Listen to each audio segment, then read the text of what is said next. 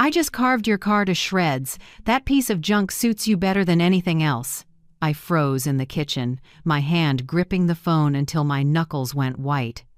My daughter-in-law's voice was sweet but poisonous, like a snake bite. For 3 years I gave her a roof, meals, and called her my daughter. And this is how she repays me.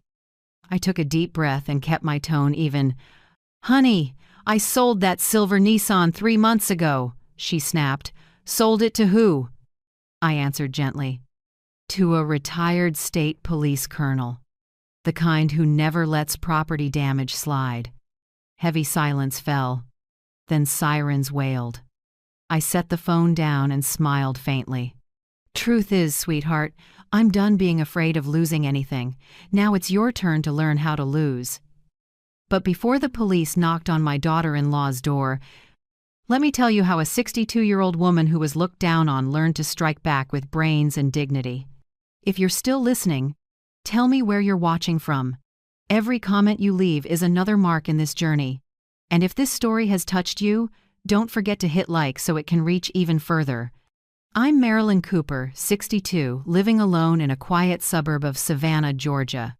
My 2-story wooden house sits between tall pines and a bougainvillea trellis off the porch. I've been here 38 years since my husband Frank was alive. We built each step, painted each plank, and planted lavender along the little walk. 7 years since he passed, I've kept everything the same as if he just stepped out for a morning coffee. Frank used to say, "This house is where you belong, Marilyn," and I believed it until Brielle walked into our lives. 3 years ago, my only son Lucas brought Brielle over to meet me. I still remember that soft, sunny afternoon, the kitchen smelling of apple pie. She showed up in a navy dress, bright smile, and lively eyes. "Mom, Marilyn, Lucas says you make the best chicken pot pie in Savannah," she said, sweet enough to soften my heart. For the first time in years, my home filled with laughter. She helped set the table, asked about the past, and praised the complete old wedding photo of me and Frank. I watched Lucas smile, and relief washed over me. A widowed mother can't ask for more than to see her child loved. Just 6 months later, they announced their engagement. Lucas said they wanted a small outdoor wedding, but when I saw Brielle flipping through bridal magazines with white gowns costing thousands of dollars, I knew it wouldn't be small at all. I withdrew a large chunk of my retirement savings, the money Frank and I had planned to use to redo the porch to give my son his dream wedding. I told myself it was the last gift from his father, delivered through me. The wedding was on a brilliant May day. In the golden sunlight, I watched Lucas and Brielle exchange vows, tears streaming down my face. I was proud, happy, and a little empty. When they left for a honeymoon in Charleston, I wrapped a small gift, our wedding photo and a handwritten card. Marriage isn't finding a perfect person, it's learning to love on imperfect days. I didn't know that, a few months later. That saying would twist back like a knife into my own heart. After they returned, things started to change. Brielle often looked around my house with an appraiser's eye, like she was scouting a property waiting for a flip. "Have you ever thought about selling these old things? The curtains are dated, and the wood floors are all scratched," she said with a light laugh. I answered, "They're as old as I am, but as solid as day one." Brielle shrugged. "I just think you should live simpler. This house is too big for just you." That sentence might have sounded harmless, but the look in her eyes chilled me. From then on, the visits tapered off. She always had excuses, busy with a project, on a work trip, and Lucas stayed stuck in the middle, awkward and evasive. Each time she came by, she brought a new idea. If we lived closer to downtown, it'd be better for work. "Maybe let us stay with you for a while to save on rent."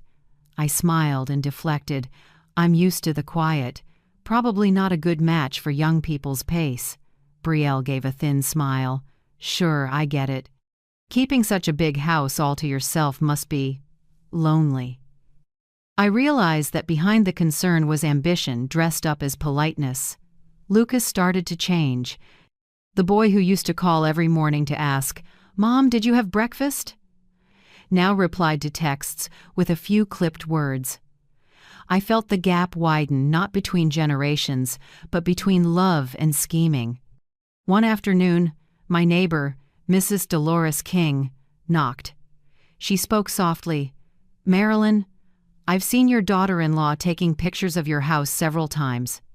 Inside, and the address numbers too." I just stood still, my heart thudding.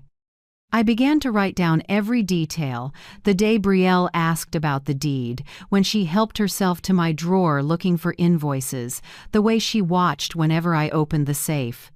I'm not a suspicious person, but a woman who taught classes for 30 years knows this. When someone starts collecting information, they're building a plan. Then came Lucas's 30th birthday. When I came back from the market, the front door was wide open and music was blaring.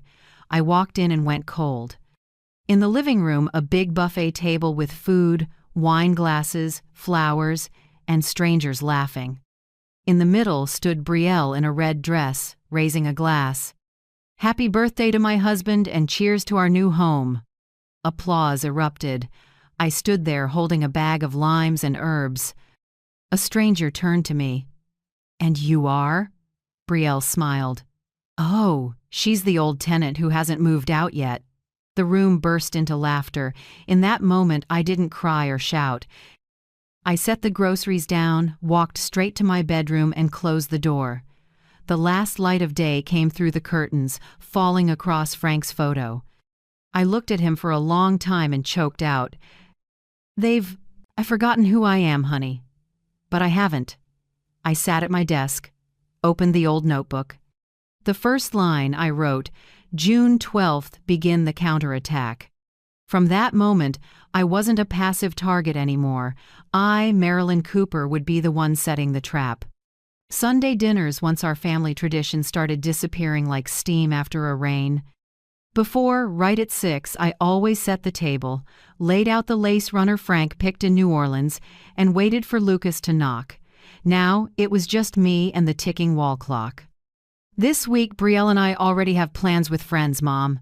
"Next week for sure," Lucas said over the phone, rushed. Next week, then the week after that. The reasons kept changing: new project, client dinner, Brielle's under the weather. I said nothing more, just, "Okay, I understand." But the truth is, I understood more than Lucas thought. One evening, while I was steeping chamomile tea, Brielle stopped by alone. She wore a fitted dress, designer bag on her arm, standing in the kitchen doorway like she owned the place. "Have you ever thought about upgrading your living situation?" she asked, friendly yet off. "Upgrading?" I raised an eyebrow. "Yeah, the house is a bit old, the floors creak, the walls are damp.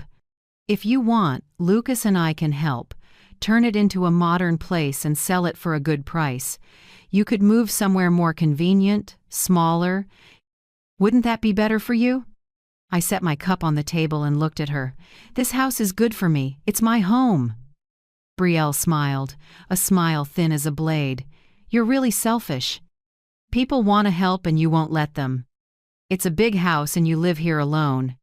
Isn't that wasteful?" That line was like a pin, not because it insulted me, but because there was no respect left in her voice. I didn't answer. I opened the back door to let the breeze in.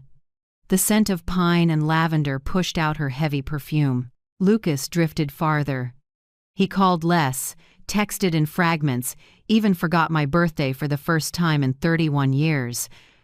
When I called, his voice sounded tired. "Mom, I'm slammed. I'm on a new project. Brielle's stressed too. Please don't add pressure on her." "Add pressure." I let out a short laugh after hanging up. Me, the woman who taught him right from wrong, now labeled emotional burden. One June afternoon, Mrs. Dolores King, my next-door neighbor, came over. She's in her 70s, trims roses, and knows everything on the block. "Marilyn," she said, lowered her voice like sharing a secret. "Yesterday I saw your daughter-in-law in your yard, taking pictures. A lot. The front, the windows. I jolted. When? Around noon. You were out. I thought maybe you asked her to take photos to list the house. But I don't think so. That line made my blood run cold. I smiled my thanks, but inside, a storm rose. That night, I opened my notebook and started logging everything. June 18th, Brielle photographed the house while I was out. June 20th, asked Lucas, he said, probably for a design project. June 23rd, Brielle called me stubborn for refusing to talk about future housing. Each shaky line under the lamp was a small piece of evidence for a truth I didn't want to face. They didn't just want to live with me. They wanted to own it all. The next Saturday, I invited them over for dinner, a healing family meal. I made honey-roasted chicken, multigrain bread, and Lucas's favorite dessert, lemon cake with frosting. When they arrived, I could see Lucas's eyes had changed, tired.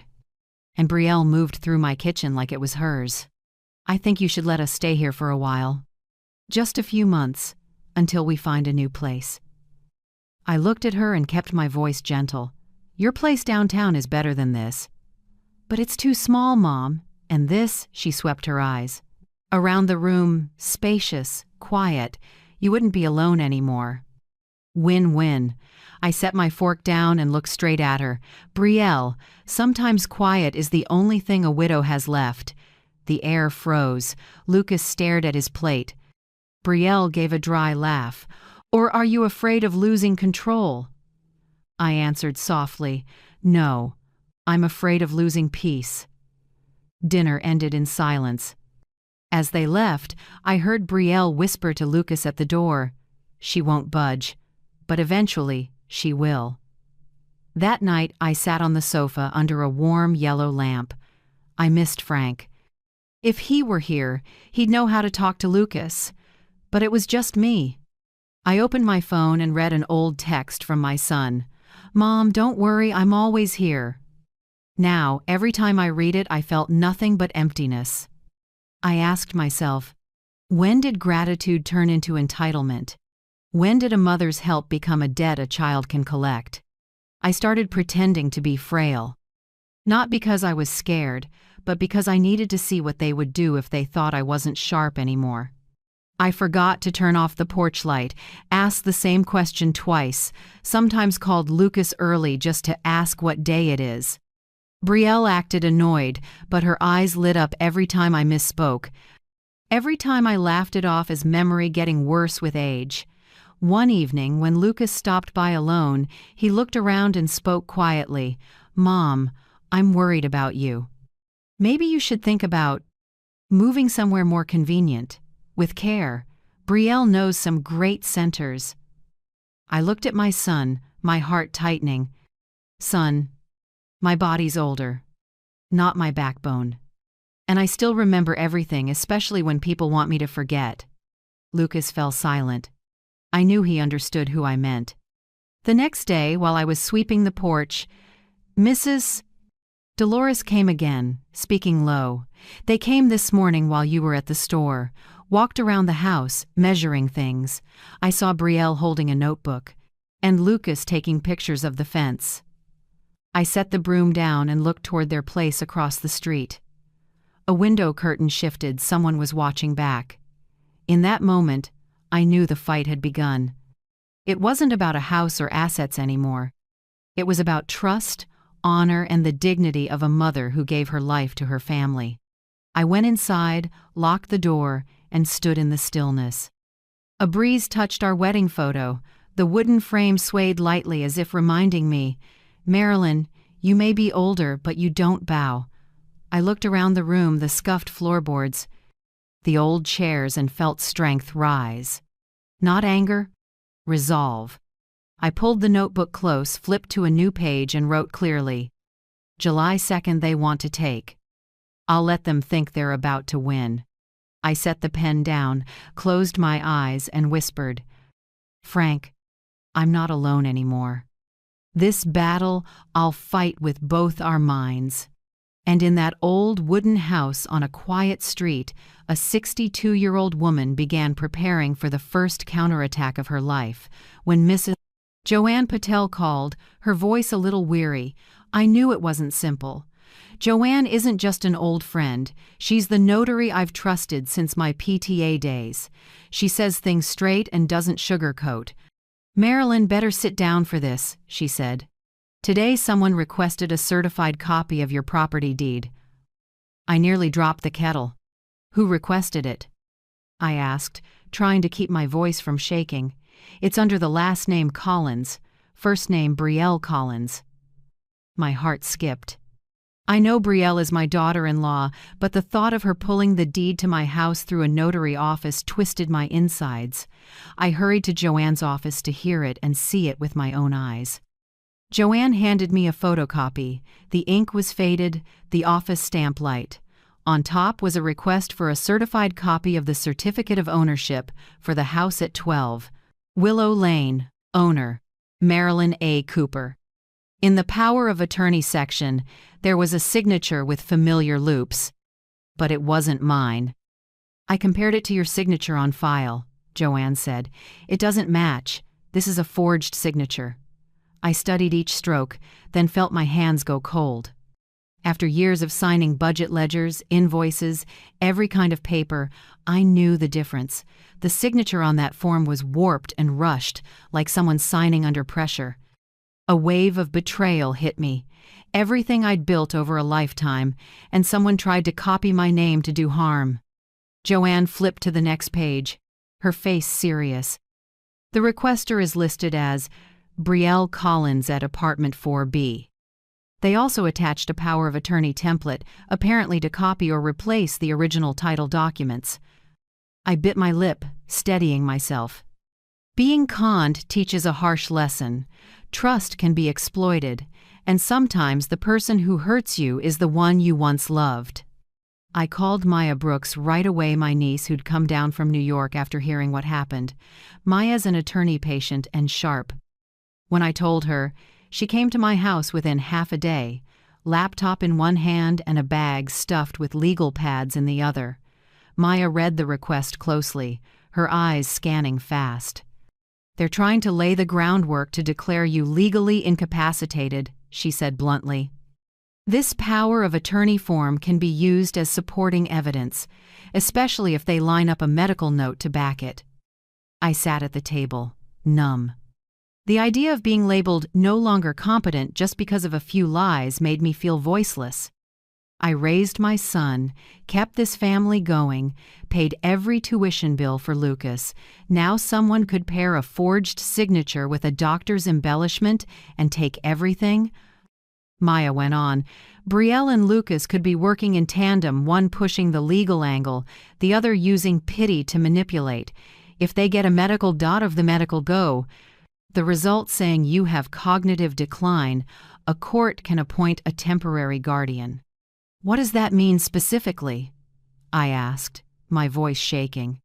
If they persuade enough people that you're not lucid, they can petition the court to appoint a representative to manage your assets, which means they could control your bank accounts, property, even sell the house.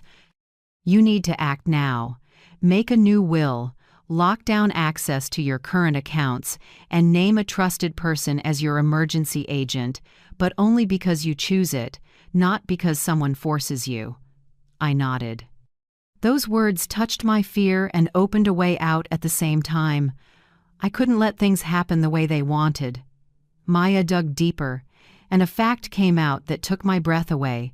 She checked public records, and the young couple's total debt was about $180,000, mostly a car loan, credit cards, and a failed investment contract. They have a clear motive to find a big pile of money, Maya said. And this house is the life raft. According to a recent real estate appraisal, my house in Savannah is worth about $850,000. Hearing that number, my chest tightened. It isn't just a dollar amount, it's nearly 40 years of life, of happiness and loss. And to them, that money could wipe out their debt and give them a fresh start by wiping me out. I replayed every detail.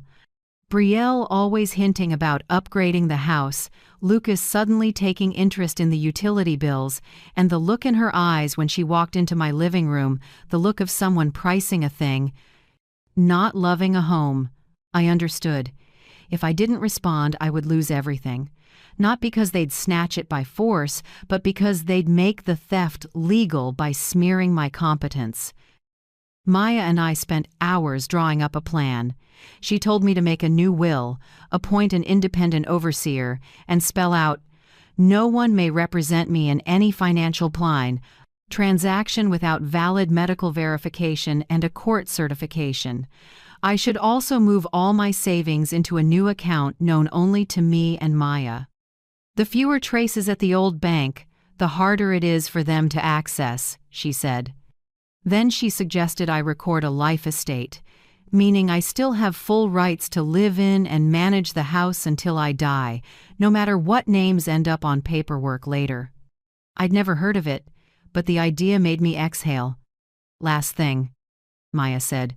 "We need evidence, not suspicion, something that holds up in court. They've already left traces, the forged signature, notary records, and most importantly, motive. But the heaviest weight is still their own words." I looked at Maya and spoke slowly. "You mean make them confess?" "Exactly. Not by forcing them. Make them think you've gotten weaker, let your guard down. When they feel safe, they'll say everything, and that's when we record it, store it, and have evidence they can't deny." I sat quietly in the living room after Maya left.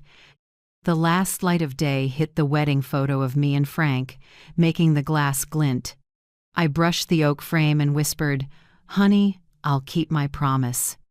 I'll protect this home." I knew I couldn't fight with brawn, but I could fight with my mind, the very thing Brielle most underestimated in me. I didn't sleep that night. I opened a small notebook and wrote out each step. Step 1, new will and new accounts. Step 2, record a life estate. Step 3, monitor Brielle and Lucas's actions. Step 4, create chances for them to reveal their true intent. I closed the notebook and slid it into the drawer beneath the hand-embroidered cloth. Next to it was Frank's wedding ring, a reminder that I had once fought to keep our happiness, and I would do it again. Before turning off the light, I whispered into the dark, "They think I'm weak, but this weakness will be the trap." And that night, in the quiet wooden house in Savannah, I began to sketch the first lines of my counterattack. My nephew Tyler Nguyen is a security tech, just 26, quick and discreet.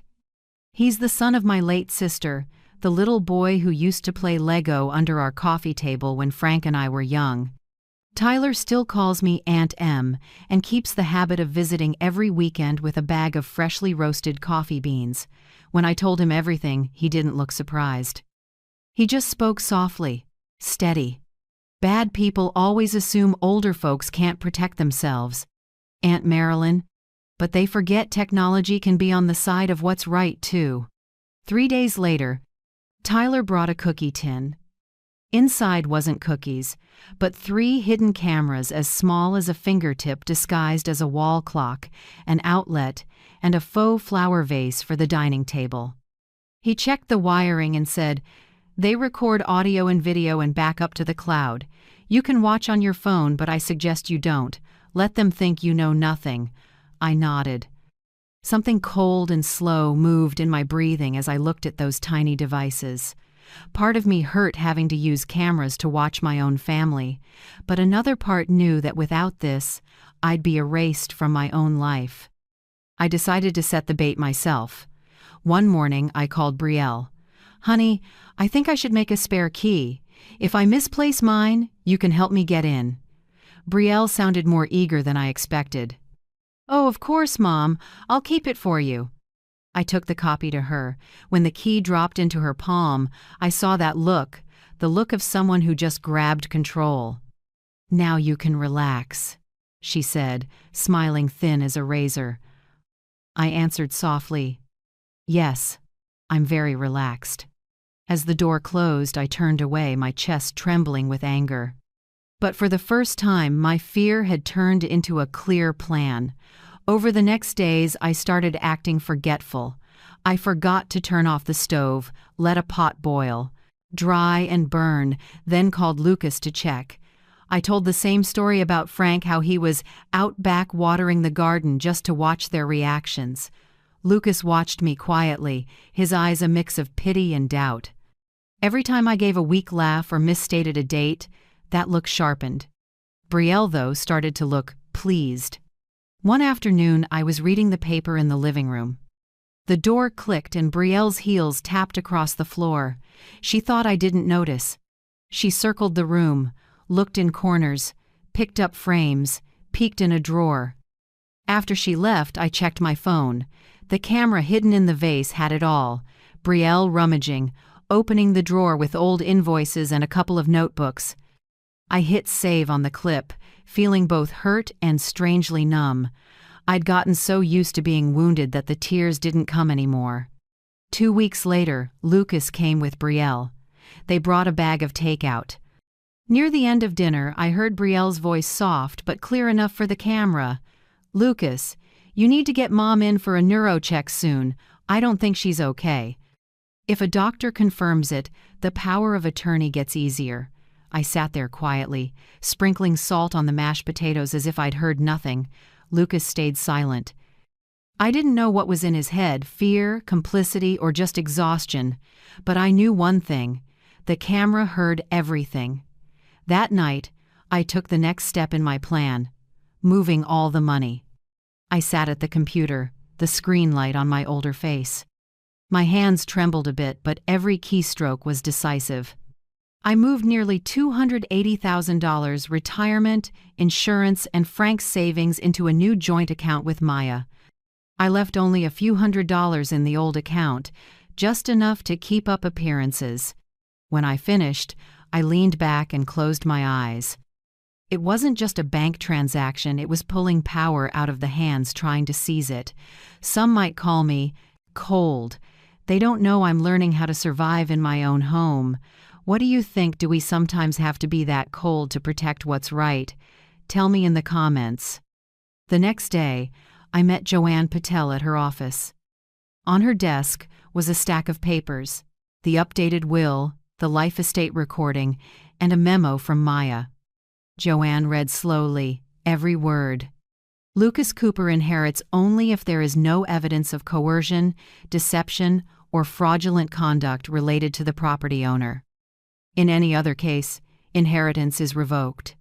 I signed, the pen moving slow but firm.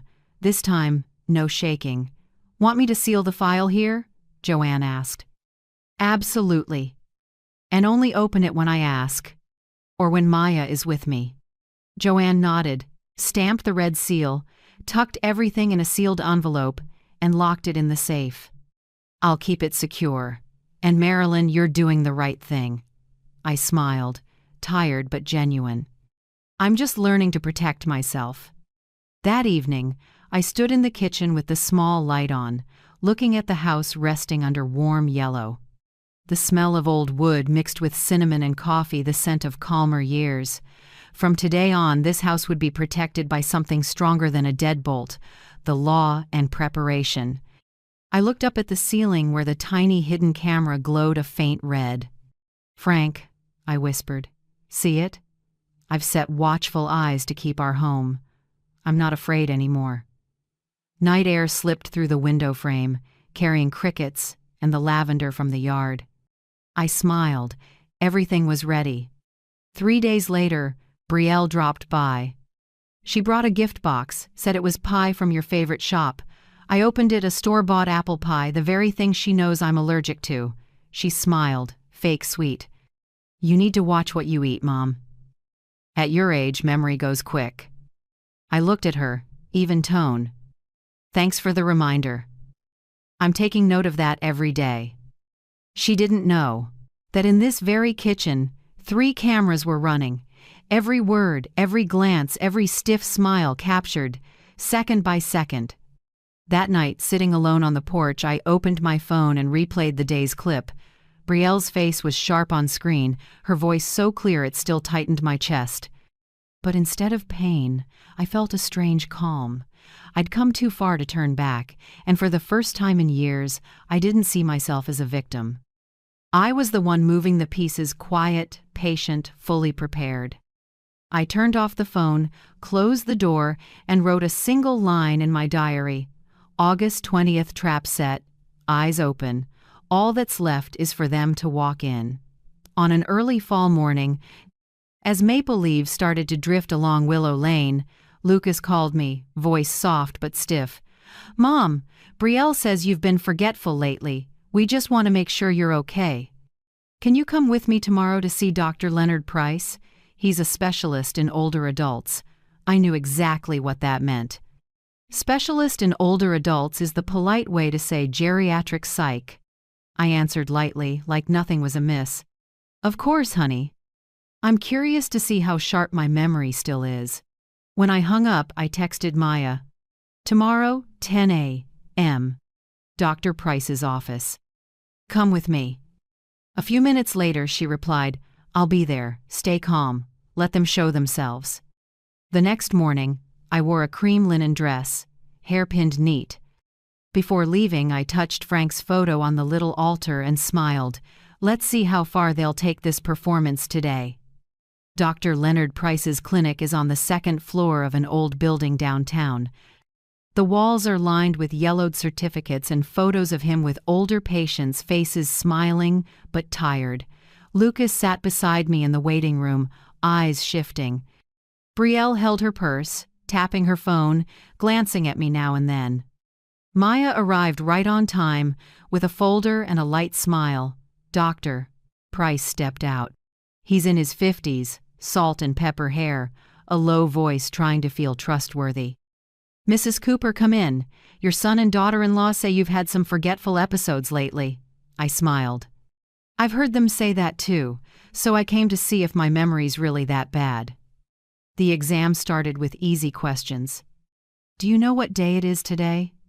"I believe it's Tuesday, September 14th, right?" "Correct. Now please repeat these 3 words. Tree window clock." I nodded and repeated them, then waited. He moved on to simple shapes and asked me to copy them. I finished in a few minutes, neat and accurate. "Doctor." Price nodded, then tried another angle. "Can you tell me those 3 words again from the beginning?" I smiled. "Tree window clock. And can you tell me why there isn't a single real window in your office? I noticed all the light is artificial." He looked briefly rattled, not expecting me to be that observant. Brielle frowned. Lucas stayed quiet, holding her hand. When the test ended, Dr. Price shifted tone. He leaned back and spoke slowly. "Mrs. Cooper, I think you're still lucid.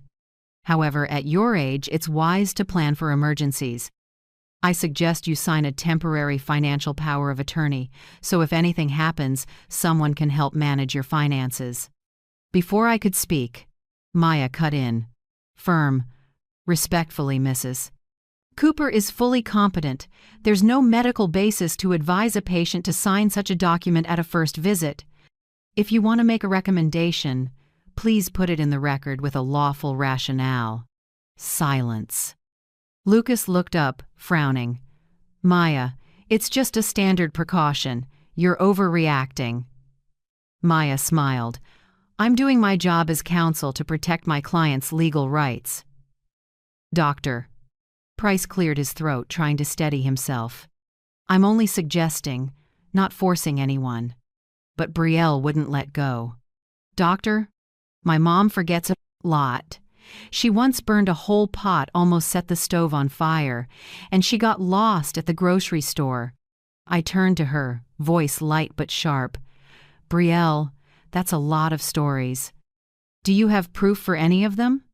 Maya added. "If so, let's put it in the file with evidence, because this claim affects medical records." Brielle flushed and stared down at her phone. Lucas glanced around, clearly uneasy. Dr. Price coughed, trying to regain control. "All right, let's stop here for today. I'll schedule a more in-depth evaluation after I consult with the family. I knew that meant he wanted to stall time to legitimize what they were doing. I just smiled. "Sure, doctor. Do whatever you think you need to do. I'll be fully prepared next time." Outside, the air felt warm and open. I took a deep breath, like stepping out of a room full of schemes. Lucas drove in silence. Brielle sat stone-faced. Maya gazed out the window beside me. Midway, Lucas spoke softly. "Mom, you overreacted." The doctor was trying to help. I looked at my son, calm. "Honey, when someone wants my signature without telling me the consequences, that's not help. That's taking." Lucas gripped the wheel. "You're seeing us wrong. You're reacting like a sick person, Mom.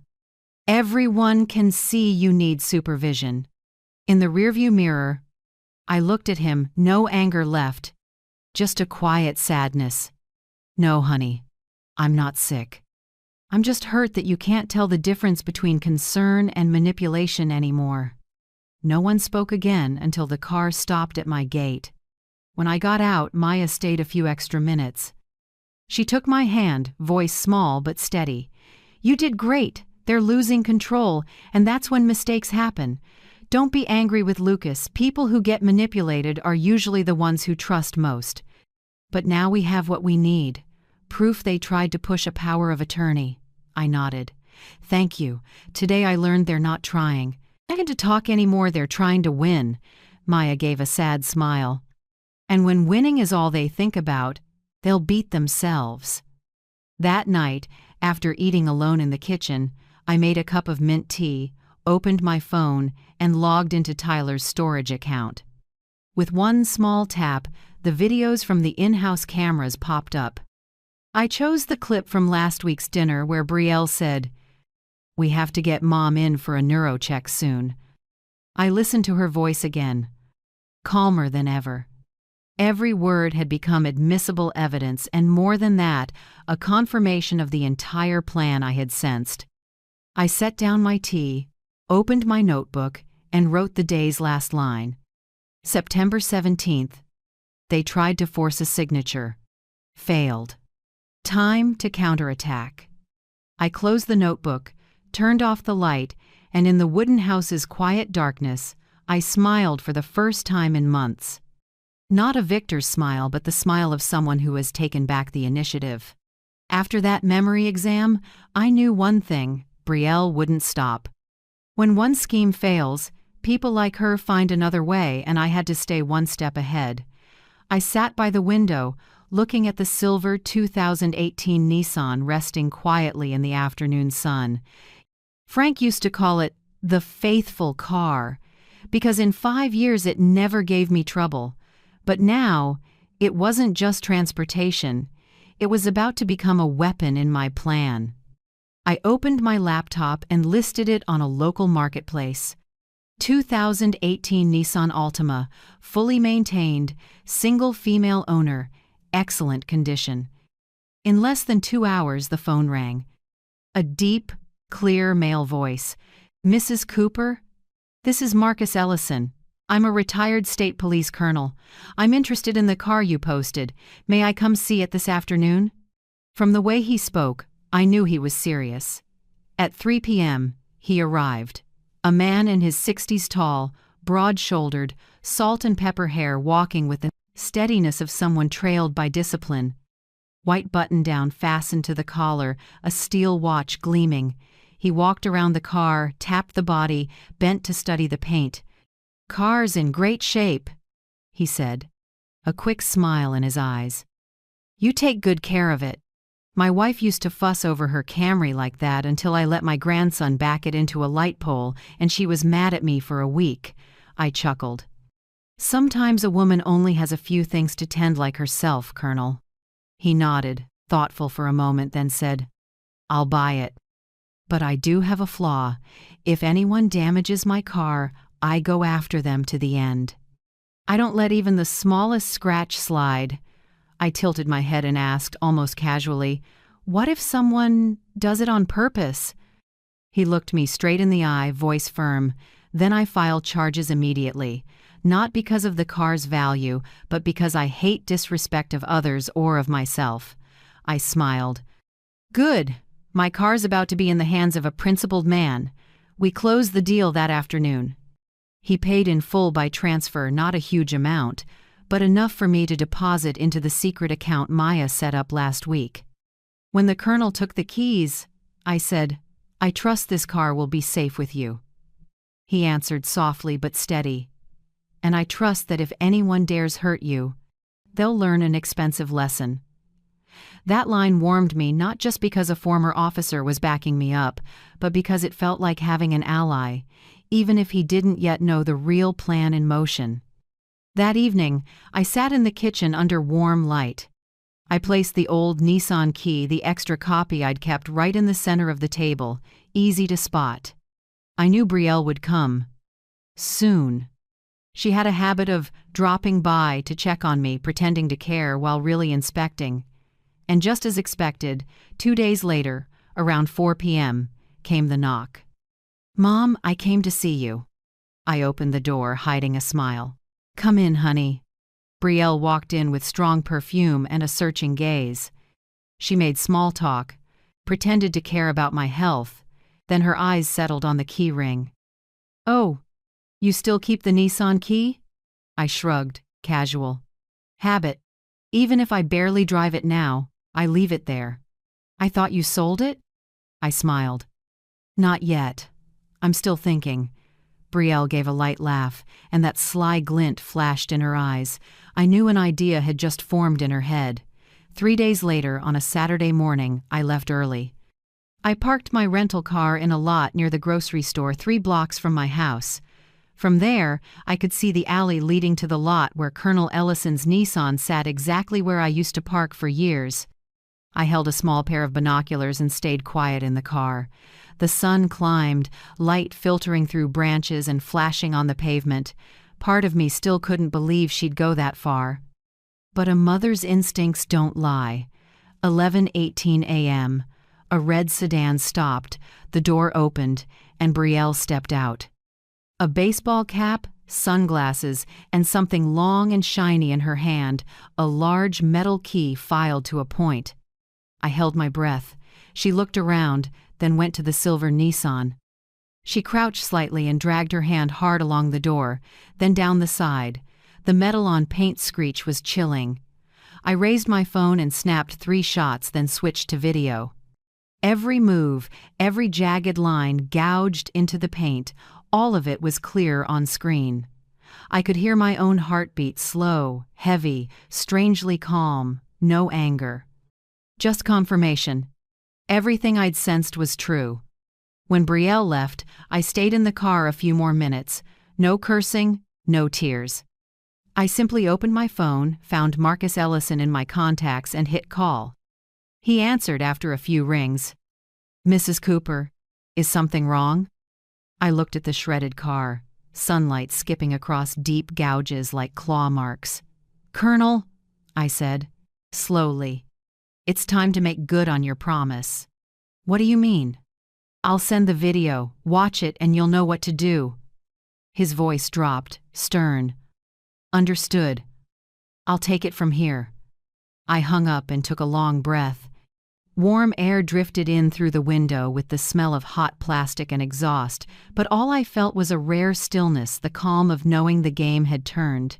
I opened my contacts and scrolled to the next name. My finger stopped where it needed to. On the screen, Brielle Collins. I tapped call, watched the light glint in the rear view, and spoke as evenly as if starting a normal conversation. "Okay, Brielle. Let's talk." That afternoon, I sat in the living room, calmer than ever. The last light slid through the curtains, laying pale gold across the floor. The phone on the table rang. Brielle's name lit the screen. I picked up. Her voice was bright, almost satisfied. "Hope you learned your lesson, Marilyn. Your car looks like trash now. Next time, remember who's actually in control." I heard her giggle, music playing in the background. She sounded like she was treating herself for a win. I answered slowly, word by word. Oh, I learned my lesson, Brielle. It's just that car isn't mine anymore. Silence. A few seconds later, her voice came back, tight and raspy. What did you say? I smiled. Still even. I sold that Nissan. The buyer is Colonel Marcus Ellison, retired state police, and I think he'll want to know who just shredded his property. A sharp breath came through the line. Then an engine, a car door slamming. Are you threatening me? She screamed. I answered lightly, No, I'm just telling the truth. And if you still don't believe me, here's one more thing. The cameras recorded everything. Your actions, your face. I hung up. In under 10 minutes, sirens wailed down the street. Through the window, I saw a black and white cruiser pull up by the lot. 2 officers got out with Colonel Ellison. He spoke firmly while playing the video on his phone.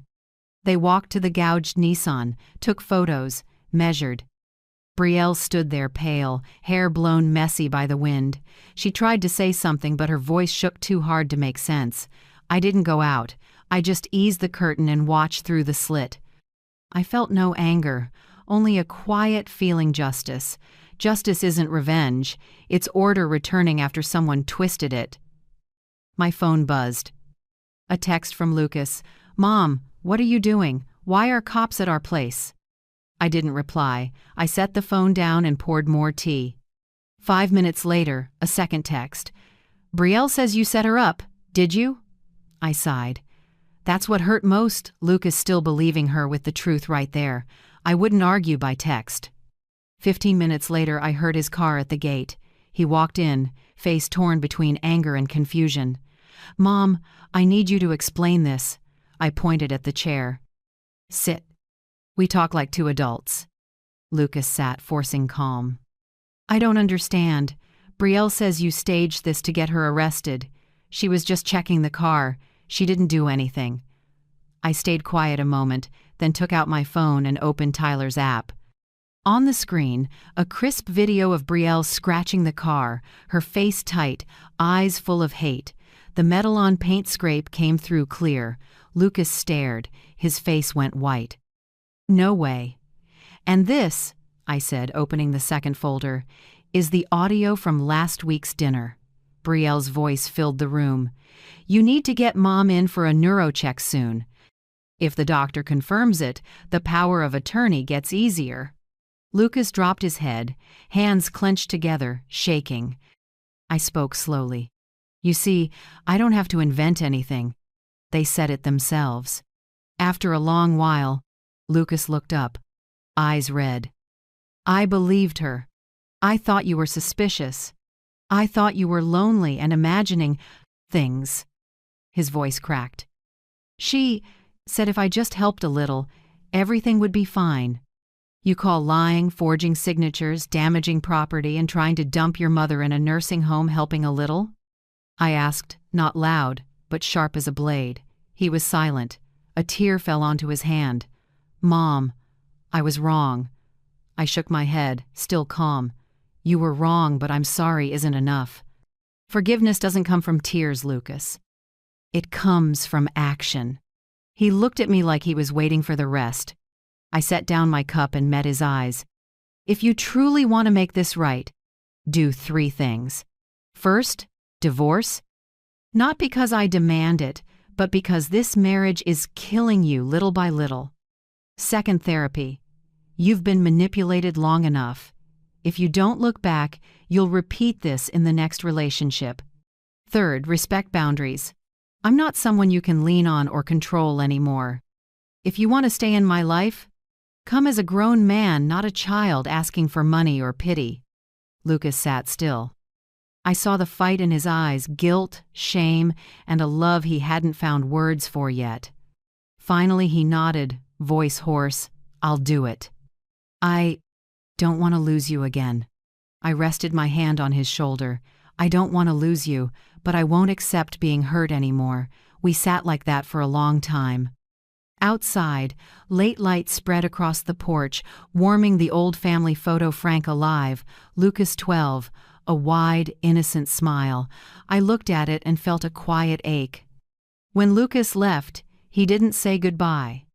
He paused at the door, turned his back to me, and said in a raw voice, "I'll talk to a lawyer. And I'll fix all of it." The door closed, leaving a still space.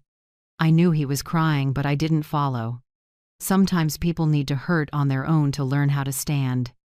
That evening, the phone rang. Colonel Marcus Ellison. "Mrs. Cooper, the young woman has been brought in for a statement. I think you should rest. Things will be clear soon." I nodded softly. "Thank you, Colonel. I owe you not for today's actions, but for helping me believe there are still principled people." He let out a small laugh. "No thanks needed, Mrs. Cooper. I'm just keeping my word. You, on the other hand, did what many can't.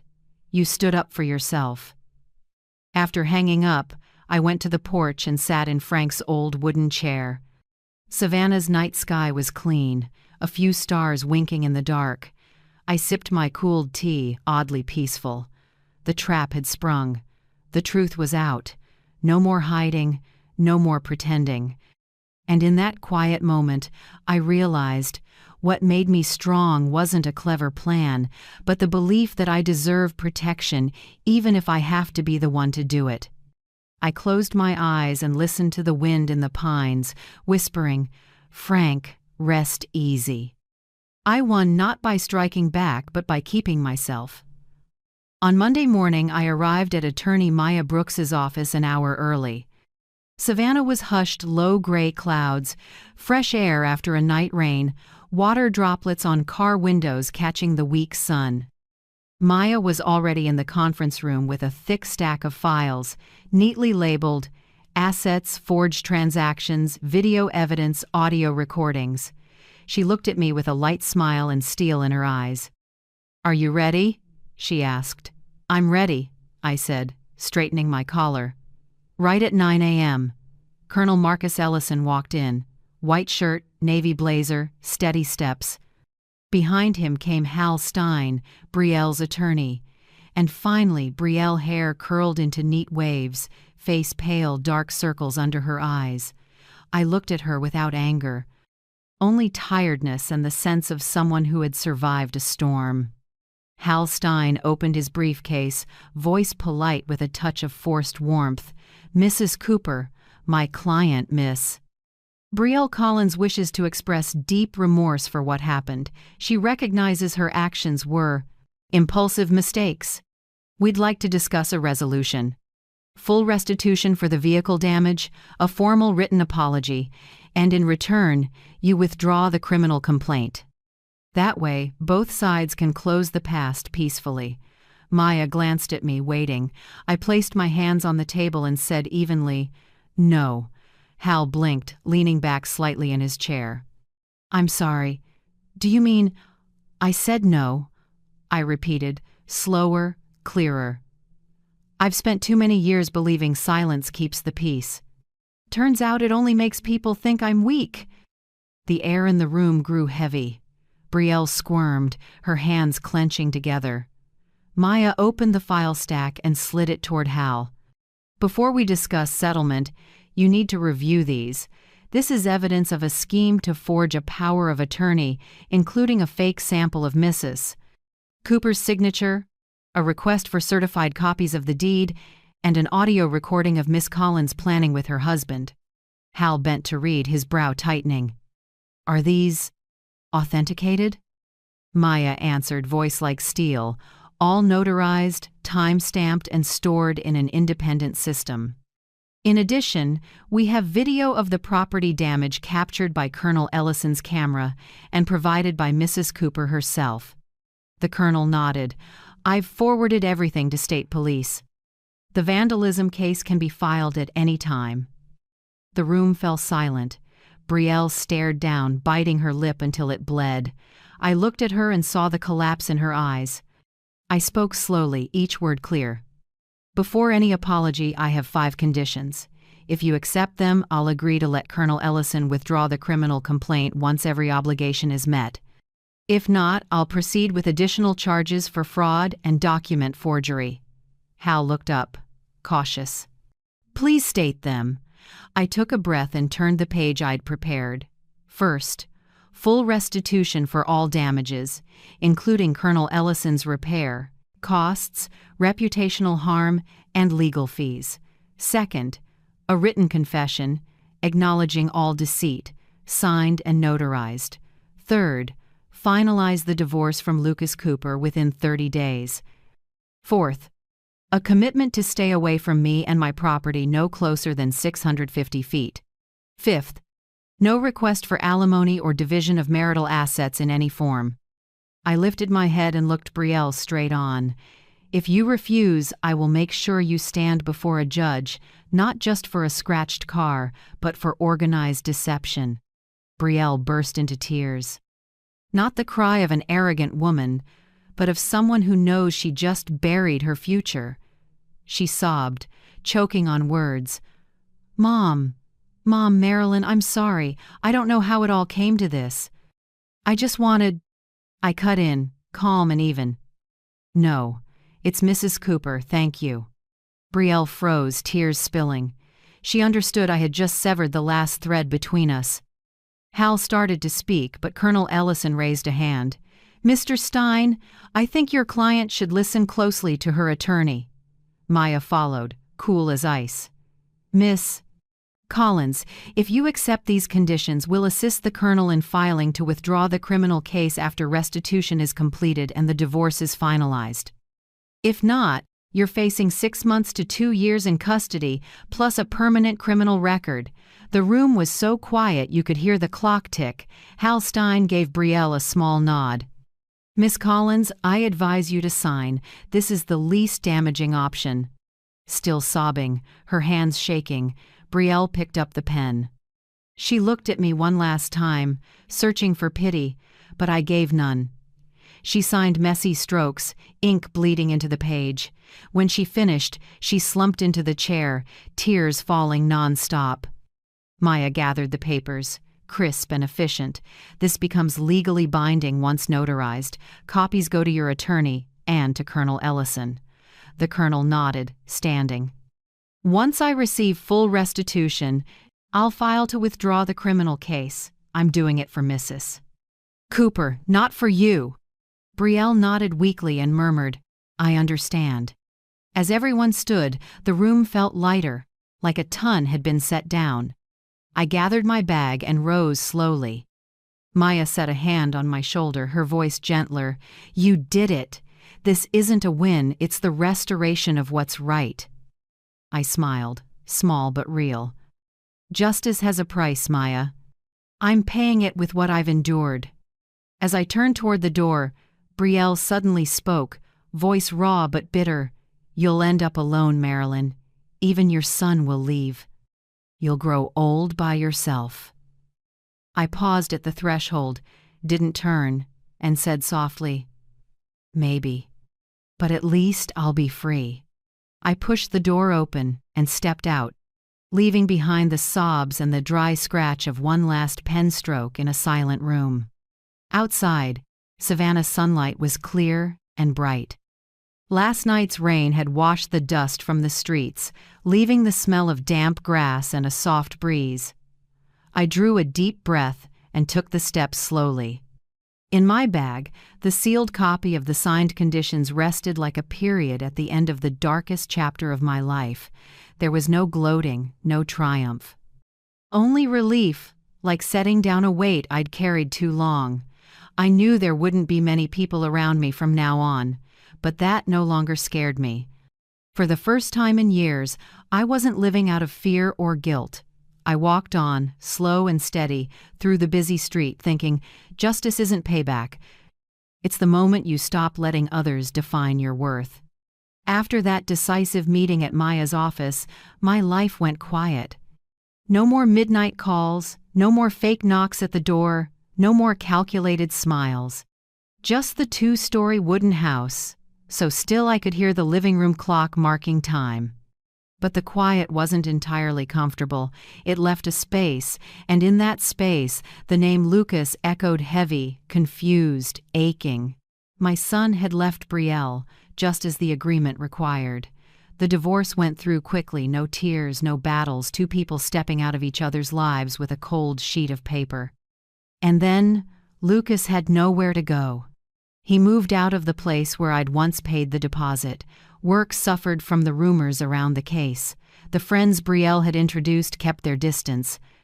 I heard he was holed up in a small rental on Savannah's south side, one twin bed, one table, a window facing a parking lot.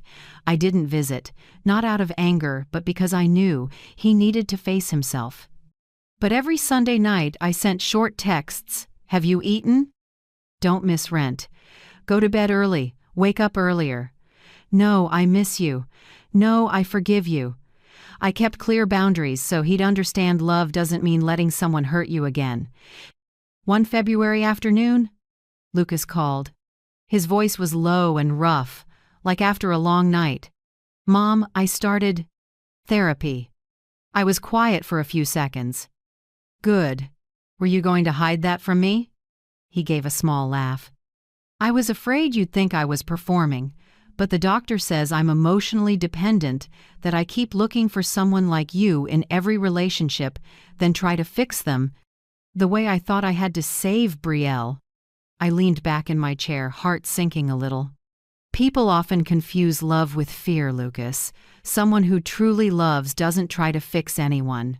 He was silent, like he was writing every word down.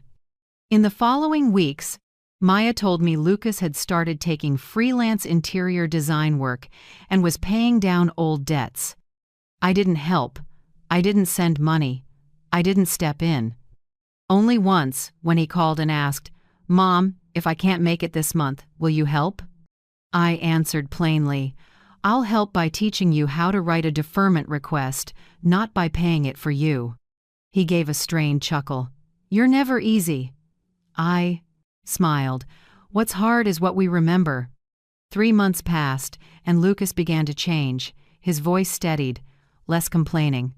He started saying, I'm responsible, instead of, I didn't mean to. That didn't come from magic, but from work, loneliness, and awareness, things he'd lacked. One early spring evening, he called me. Mom, this might sound dumb, but I used to think Brielle was an escape. She made me feel seen. I answered softly, You didn't notice she only saw the parts of you that benefited her. When someone loves you because they need something from you, that's not love, that's a transaction. Lucas sighed. I get it now. Maybe I treated you that way too. I said nothing. Sometimes truth needs saying, not dissecting. That night, I wrote in my journal, My son is walking a tightrope. But this time, he isn't blindfolded. And I'll stand below, not to catch him, but to witness. A week later, Lucas stopped by. He was thinner, but his eyes were different, less fear, more calm. He brought white tulips and a bag of fresh roasted coffee. For you. I miss this smell, he said. I took them, smiling lightly. The smell of honesty, I hope. He sat at the kitchen table, where we'd had dozens of tense dinners before. I know I can't apologize forever. I want to do something to make it right, I asked. With words or actions? He met my eyes. Actions. I'll come every Sunday, help fix the backyard, clean out the garage, whatever you need. Just say you'll have dinner with me. I stayed quiet a moment, then said, Okay, but there's one condition. What is it? No lying. Not about the smallest thing. I don't need what's easy to hear. I need what's true. Lucas nodded, voice steady. I promise. Our first Sunday dinner in years was strangely peaceful. I made Frank's favorite stew. Lucas brought dessert from the old place he and his dad used to visit. In the table, we didn't talk about the past. We didn't say her name. We didn't weigh right or wrong. We talked about small things, the jasmine outside, yesterday's rain, and how the hallway light finally got a new bulb. Midway through, Lucas looked up and said softly, I didn't think you'd forgive me. I looked at him, voice barely more than a breath. I don't need to forgive, Lucas. I just need you to learn what took me half a lifetime to understand. Self-respect is the last fence of kindness. He was quiet, eyes shining. When dinner ended, Lucas stood to do the dishes. I watched him from behind, thinner but steady. Something in the kitchen's warm light made me think of Frank, the same calm, the same choice to make amends with deeds, not words. That night, walking him to the door, the air carried the damp smell of earth and dry leaves. He turned back and said quietly, "I'll be back early next Sunday." I nodded, smiling. "Come back, but remember, no lying." He laughed. "I wouldn't dare, Mom." I watched his car taillights fade past the gate, and for the first time in years the house's quiet didn't feel lonely. Because now, silence wasn't emptiness, it was the sign that something was healing. I still remember the first morning after that Sunday dinner with Lucas. Savannah's sunlight slanted through the kitchen window, warming a cup of coffee and the orchid I'd just repotted. Everything was peaceful, truly peaceful, the kind I hadn't dared hope for in years. I thought I'd spend the rest of my life like this, tending the garden, reading, cooking, waiting for Lucas to drop by. But life had another chapter for me, one I hadn't prepared for, but was ready to welcome. One early March afternoon, my longtime neighbor, Mrs. Dolores King, knocked on my door. She carried a basket of still warm muffins, face bright.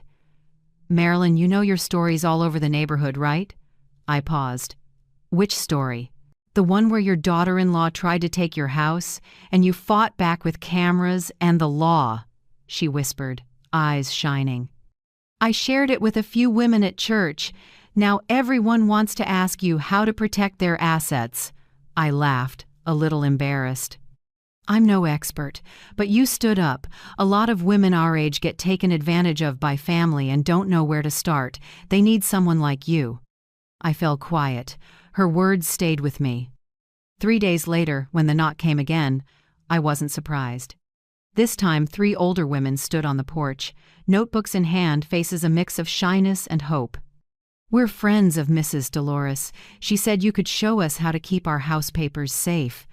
I invited them in, poured tea, and for 2 hours we talked like old friends. They told me about daughters-in-law holding their passbooks for safekeeping, about being pushed to sign powers of attorney, about family investments. My heart tightened as I listened. When they left, I knew I couldn't stop there. The next week, I pinned a small note on the church board. "Wednesday Women's Group. Learn to protect yourself and your property. Meet at Marilyn Cooper's, 4 p.m. every Wednesday. Bring a notebook and your story." The first meeting had 4, the second, 8, then 12. They brought coffee, pastries, and messy folders. I drafted a survival checklist, a playful name everyone knew was serious. 1. Write a clear will and keep it in 2 trusted places. 2. Keep a list of digital accounts, passwords, and a lawful designated agent. 3. Install in-home cameras within legal guidelines. 4. Name a trusted person outside the family attorney. Close neighbor. 5. Never sign anything you don't fully understand. Each week, we picked a topic from reading contracts and spotting loving scams to recognizing emotional manipulation. The more we shared, the more women spoke up. Some cried from being heard for the first time. Some trembled as they held papers that had been hidden for years. In those wrinkled hands, I saw myself the woman who once shook, once feared, once thought, "I'm old, I should stay quiet." One afternoon, a young woman around 28 came by. She stood at the door with an envelope, voice gentle. "I'm Andrea Collins, Brielle's niece." I stiffened for a moment, but her tone wasn't like Brielle's, no chill, no edge, more like exhaustion. "I'm not here to defend her," she said quickly. "I just want to thank you. If it weren't for your case, my grandmother might never have dared tell the truth." She handed me a handwritten letter, her hands trembling. My grandmother was tricked, likely by Brielle, into investing in a fake beauty salon. She lost nearly $20,000 and never dared report it to the police. I opened the letter. The handwriting shook, with ink smeared in places. "Thank you, woman I've never met, for exposing that devil. Maybe because of you, I'll finally sleep tonight." I set the letter on the table and looked at Andrea. "Thank you for bringing it.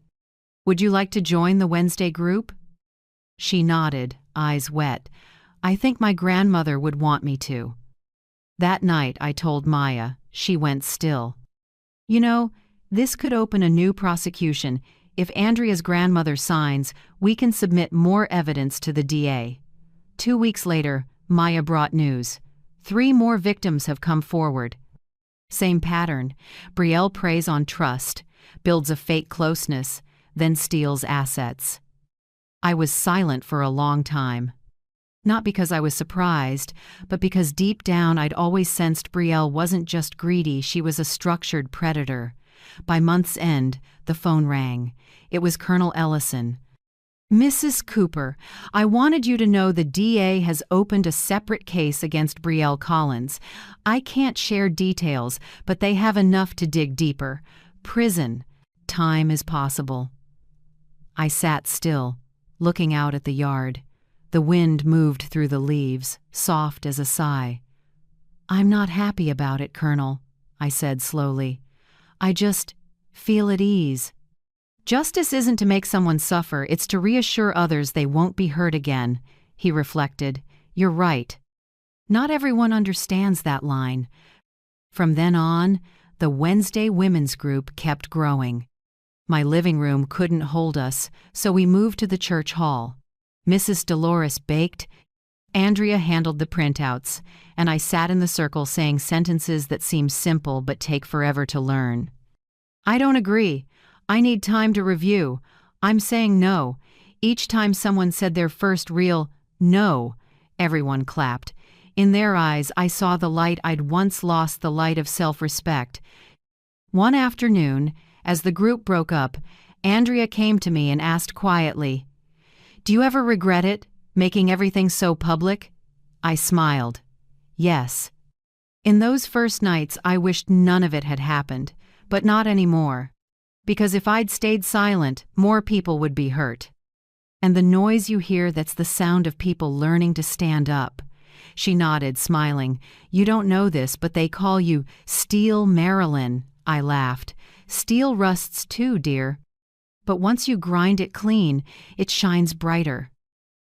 That night I went home, sat by the window, and listened to the crickets in the yard.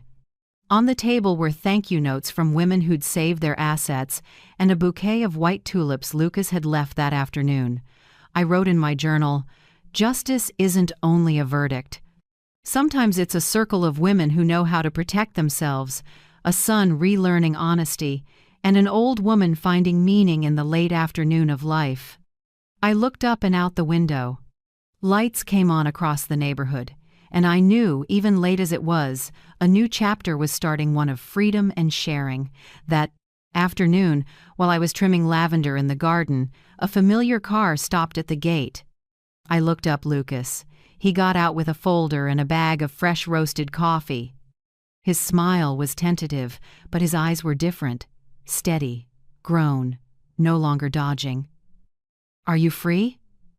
"I've got something to talk about," he asked. I nodded, smiling slightly. "If it's not about money or Brielle, I'm always free." Lucas laughed, real laughter, not forced. He stepped into the kitchen and set the papers down. "This is my payoff plan. 18 months total. I've run the numbers. If nothing changes, I'll clear every debt before your next birthday." I looked over the budget, every line neat and careful. Income, rent, a set amount for debt, even a small emergency fund. When I finished, my throat tightened. Not because of the math, but because for the first time in years, I saw my son taking responsibility for his own life. "You did this by yourself?" "With help from my therapist and from Maya," Lucas said. "She told me to make a real plan instead of saying, 'I'll try.' So this is my try." I nodded, smiling lightly. "All right, I accept this plan, but if you're about to ask me to sign something else, that's not a given. Lucas shook his head and pulled out another paper, folded neatly. No signature needed. This one's mine. I opened it. A printout from the law office, renunciation of inheritance during the lifetime of Mrs. Marilyn Cooper. Below was Lucas's signature, clean and firm. I froze, eyes blurring. "Lucas, you..." He set a hand on my shoulder, voice steady. "Mom, I don't want anything but your peace. Everything you have, you worked a lifetime to earn. I won't be the reason you fear losing it ever again." I couldn't hold back the tears. I'd thought that day would never come, the day my son understood that love doesn't come with entitlement. "You're really growing up," I whispered, smiling through tears, "and I finally get to be the mother of a man, not of a boy." The afternoon slipped by like smoke. We decided to go grocery shopping together for the first time in almost 7 years. Lucas pushed the cart. I picked vegetables. We laughed at little things. A squashed loaf, a cashier who talked a mile a minute, me forgetting my canvas bags again. "Mom, I haven't seen you smile this much," Lucas said as we stood in line. "Maybe because I don't have to be on guard today," I answered. "I just get to be a mom." We brought home bags full cold cuts, fresh greens, eggs, and waffle mix. Lucas insisted on cooking. "Time I made up for all those years you cooked alone." I didn't argue. I let him fumble through the kitchen, clumsy but determined. As butter melted in the pan and that warm, sweet smell filled the house, I realized healing doesn't always come from apologies. Sometimes it's as simple as this. Before dinner, I set 3 plates and turned to Lucas. "You know, we need 3 new rules for this relationship." "Rules? You still sound like a lawyer," he joked. I said, "Honesty, respect, no toxicity. If any one of those breaks, I step back." Lucas nodded, solemn, like he was signing a contract. "Deal. And if I break them, you can ban me from waffles for life." We laughed, our laughter carrying through the kitchen, warm as those summers when Frank was still here. Over dinner, Lucas talked about therapy. He spoke about the guilt that still clung to him every night. "Mom, sometimes I look in the mirror and still see a traitor. I don't know how to forgive myself." I looked at my son, tired eyes, but honest. "Lucas, guilt is only useful if you turn it into action. Otherwise, it's just another shackle. You don't need forgiveness, you need responsibility and forward motion." He nodded, biting his lip. "I'm trying." "Good, I don't want you living to atone, I want you living to be." After dinner, I wrote a small note, my hand shaky but clear. "I love you, but I love myself too." I folded it and handed it to him. "Keep it in your wallet. When you feel lost, read it." Lucas held it for a long moment, then tucked it behind the photo of me and Frank. "I'll carry it like a vow." I didn't answer, just rested my hand on his shoulder, feeling that warmth I'd feared was gone forever. That evening I invited Colonel Marcus Ellison and Joanne Patel for dinner. They'd become close friends, quiet companions through the storm. The Colonel brought a bottle of red. Joanne arrived with a bundle of dried lavender. "I think this house needs more of the scent of peace," she said with a bright smile. Lucas opened the door, shook the Colonel's hand, polite and steady. Watching them, I felt lighter. Maybe for the first time in years, my kitchen held both life and calm at once. The waffles were done, sweet and buttery, scent mixing with cinnamon. The Colonel ate and laughed. "Mrs. Cooper, next time open a bakery. I'll be your first regular," Joanne added, "and I'll handle your business license." Across the table, Lucas looked around and said softly, "I don't remember a dinner that felt like this light. Real, not trying to prove anything." I smiled at him. "That's simple happiness, son. The kind I had to travel a long way to find again." After our guests left, I stood on the porch, moonlight washing over the lavender. In the kitchen, the scent of waffles lingered and soft jazz played while Lucas did the dishes. I closed my eyes and let myself settle into the sound. No booming victory, no dramatic finale. Just a peaceful night when I knew things were finally set right. I whispered to Frank in my heart, "See? We have a real home again, not because of walls and roof, but because love returned, whole and unafraid." That morning, Savannah sunlight poured down like honey. Lucas and I stood in the yard, hands dirty, climbing roses along the wooden fence.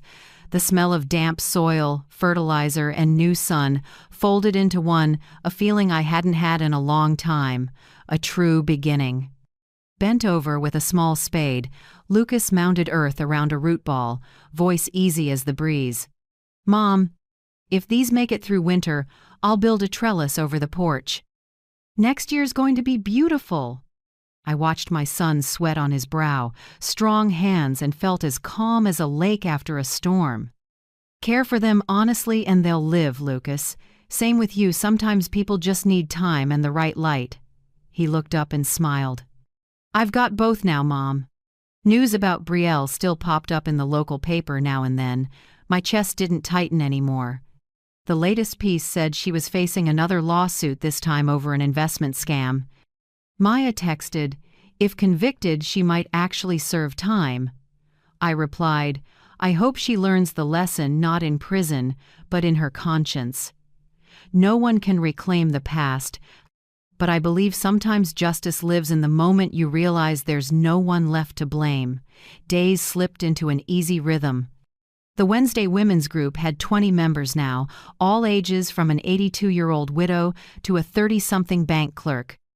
We didn't just cover documents and laws, we practiced emotional self-defense, how to say no, how to hold boundaries, how to leave without guilt. At one meeting, Andrea Brielle's niece stood and shared, "I used to think older women were fragile. After meeting Mrs. Marilyn, I know they just needed a guide.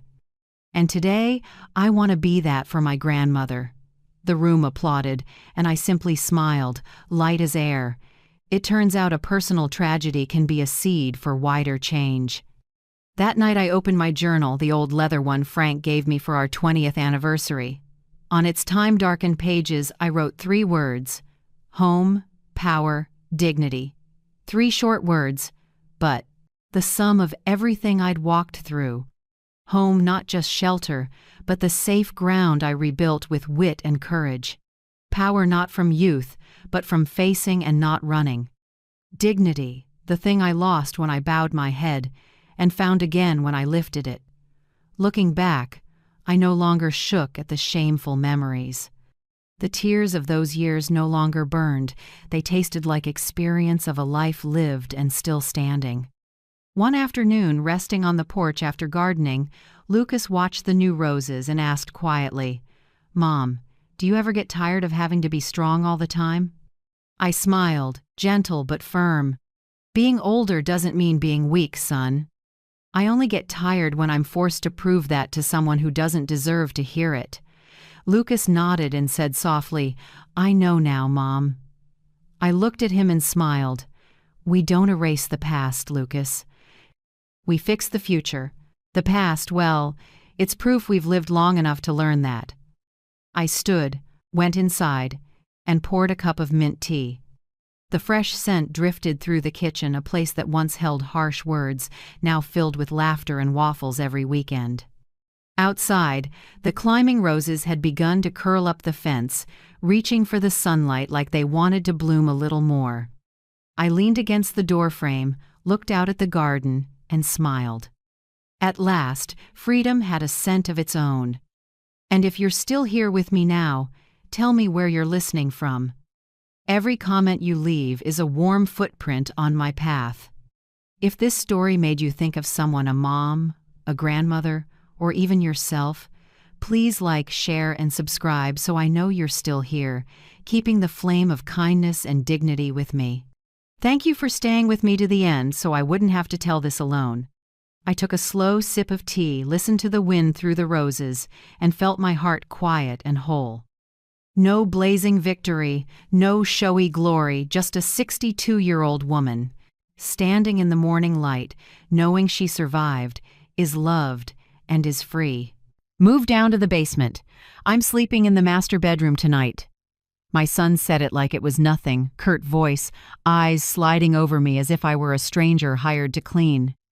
I stood still in the living room where the ivory tablecloth my mother left me lay perfectly smooth and the good china caught the early sun. He had just returned after 24 hours missing one day after knocking me to the kitchen floor.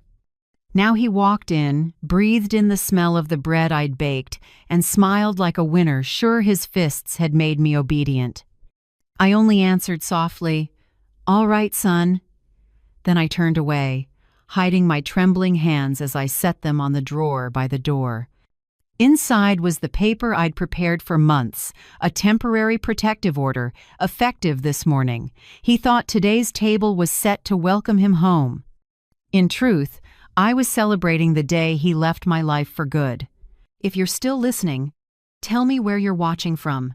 Every comment you leave is another mark in this journey. And if this story has touched you, don't forget to hit like so it can reach even further. My name is Clara Hensley, 69, widowed, living alone in the suburbs of Columbus, Ohio, where winter comes early and loneliness often lingers longer than the snow. I once thought my old age would be peaceful, reading, gardening, calling to check on my grandkids. But 7 years ago, my life opened its door to a storm. One October afternoon, Caleb, my son, showed up at the door with 2 worn suitcases and tired eyes. "Just a few weeks, Mom," he said, voice shaky like he might cry. I looked at his face, the boy I'd carried through so many blizzards, and asked nothing else. I opened the door and my heart. The house was too big for a widow, too silent since my husband George died of heart disease. I thought with my son here, at least the house would feel warm again. But weeks passed, then months. Caleb didn't go anywhere. He slept till noon, watched TV in the afternoon, and drank beer in the living room at night. I told myself, he's just worn out, he needs time. I cooked, did laundry, cleaned. Every time I started to bring up job, hunting, I'd see his shoulders droop and hear, "Don't start that now, Mom." One evening, when I cooked chicken instead of steak, Caleb exploded. "God, can you do anything right?" he shouted, and hurled the plate at the wall. Porcelain shattered across the kitchen floor, and a shard cut deep into my hand. I dropped to my knees to clean up, shaking and apologizing. I even promised to make something else just to keep the peace. While rinsing the cut, I told myself, he's stressed. It's my fault. I should have asked what he wanted. That was the first moment I blamed myself, and the moment hell opened its door. After that, the yelling became the house's background noise. Caleb yelled because breakfast was cold, the coffee too sweet, the tablecloth wrinkled. He said I walked too loud, that I even breathed wrong. I started tiptoeing, closing doors without a sound. Singing in the kitchen? Not anymore. I used to love cooking so much I'd hum Frank Sinatra while stirring sauce, but now I held my breath to stay safe. Every morning I got up at 5 a.m., made coffee exactly how he liked it, extra strong, 2 spoonfuls of sugar, and it had to be in his father's gray mug. I cooked 3 different dinner options in case he didn't like one, and still, it was never enough. The yelling turned into touching. First a shoulder shove in the hallway, then a hard grip on my arm when I passed the salt, then the time he twisted my wrist out of joint because I didn't pour coffee fast enough. "Your fault. You're clumsy," he said, not even looking at me. And I foolish nodded. Because if I didn't believe that lie, I had to face something worse. My son, the one I'd raised with all my love and sacrifice, was becoming my abuser. Friends became memories. Nora Blake, my best friend for 30 years, still called weekly and asked me out for coffee, but I had to decline every time because Caleb would, conveniently, need me home. He'd say, "I'm tired, stay and make dinner," or just give me that cold look that told me leaving the house was a sin. After the 10th no, Nora stopped calling. My world shrank to 4 walls. A house with windows but no light. Mrs. Ellison, the neighbor across the street, once asked softly, "Clara, what happened to your arm?" I tugged my sleeve down and forced a smile. I fell in the garden. Her eyes looked so sad, the look of someone who knows the truth but can't step in. I felt ashamed, not because of the bruise, but because of my own cowardice. Still, I lived like that for 7 years. 7 years enduring, 7 years persuading myself he was just going through a hard time, that a mother shouldn't abandon her child when he's weak. 7 years cooking in fear, sleeping in unease, and existing instead of living. The last slap, the one that knocked me down yesterday, wasn't the most painful, but it woke me up. That day, I'd made a pot of vegetable soup because the money was nearly gone. There was not even $300 left in the account. When Caleb saw the soup, he sneered, "Soup? You want me to starve?" I tried to explain we had to save, that the pension wouldn't come till the end of the month, that we could look for ways to cut costs together. But before I finished, he slapped me. I toppled out of the chair, hit the floor hard, felt my teeth clack. Blood spread salty in my mouth. I heard him say something like, "Clean this mess up, you useless thing." Then the TV clicked on and canned sitcom laughter filled the house. I lay there, back against the cold tile, staring up at the cracked ceiling, and realized I could die here under the hands of the son I gave birth to. No, I could not let that happen. Last night I lay awake till morning, plotting how to get out. I didn't have the strength to fight back, but I had what he didn't, a plan and patience. Today, when Caleb walked in with that smug, "Move to the basement," he didn't know every detail around him. The tablecloth, the pitcher of lemon water, the loaf of bread was part of my final goodbye script. The dining table looked beautiful in the early light, white and solemn. It was the table I once used to teach Caleb how to slice breakfast fruit, to host his 10th birthday party, to listen to my husband read poems when he was alive. Now that table would witness a beginning. I watched Caleb pour water, his eyes bright with that familiar self-satisfaction. "See, Mom? Everything's easier when you listen." I smiled, lips trembling but eyes steady. "You're right. He didn't know that in a few hours a police officer would knock on my door, say his name, and order him to leave by law. For 7 years I lived in fear. But this morning, I chose to live in freedom. And that's how it began, with a sentence that sounded ordinary but was the bell that ended my captivity in my own home. His name is Caleb, and he didn't know this morning. The table I set wasn't to welcome him. It was to send him off forever. After that morning, everything fell into a cold rhythm where I could barely recognize myself. Caleb started controlling everything money first. One day he stood in the kitchen holding the envelope with my pension I had just received. "Just let me hold it for convenience. You forget things, and people can take advantage of you. I'll manage it so you don't have to worry." His tone was gentle, but his eyes left no room for argument. I remember how it felt, my hand still gripping the envelope, my thumb pressed tight like keeping that paper meant keeping part of my life. Then I let go, like I always did. "Okay, you keep it." From that day, I slowly had to ask permission to live. "Want to buy medication?" Ask. "Want to go to the market?" Wait for him to check the balance. He'd say, "You're a big spender, always buying useless stuff." Useless, to him, was the tea I drank, a gardening magazine, or a pair of dishwashing gloves. He kept my bank card. I had only a few singles in my pocket, enough for bread or a little milk. Every dollar I had to ask for, with a forced smile. Over time, I stopped asking. I learned to read his mood to know when I could bring up medicine money and when I should stay quiet. Every morning, I got up at 5 a.m. I brewed coffee extra strong with 2 spoonfuls of sugar, and it always had to be in the gray mug with Dad's mug on it, the one my husband used. If I poured it into the wrong cup, he'd give me that knife-cold look. "Don't you respect my father?" My feet learned how to make no sound. I drifted through rooms barefoot, the floor cold under my skin. Even my breathing got cautious. I cooked 3 different dishes for dinner just in case. He didn't like one, but no matter what I did, His line landed like a curse, never enough.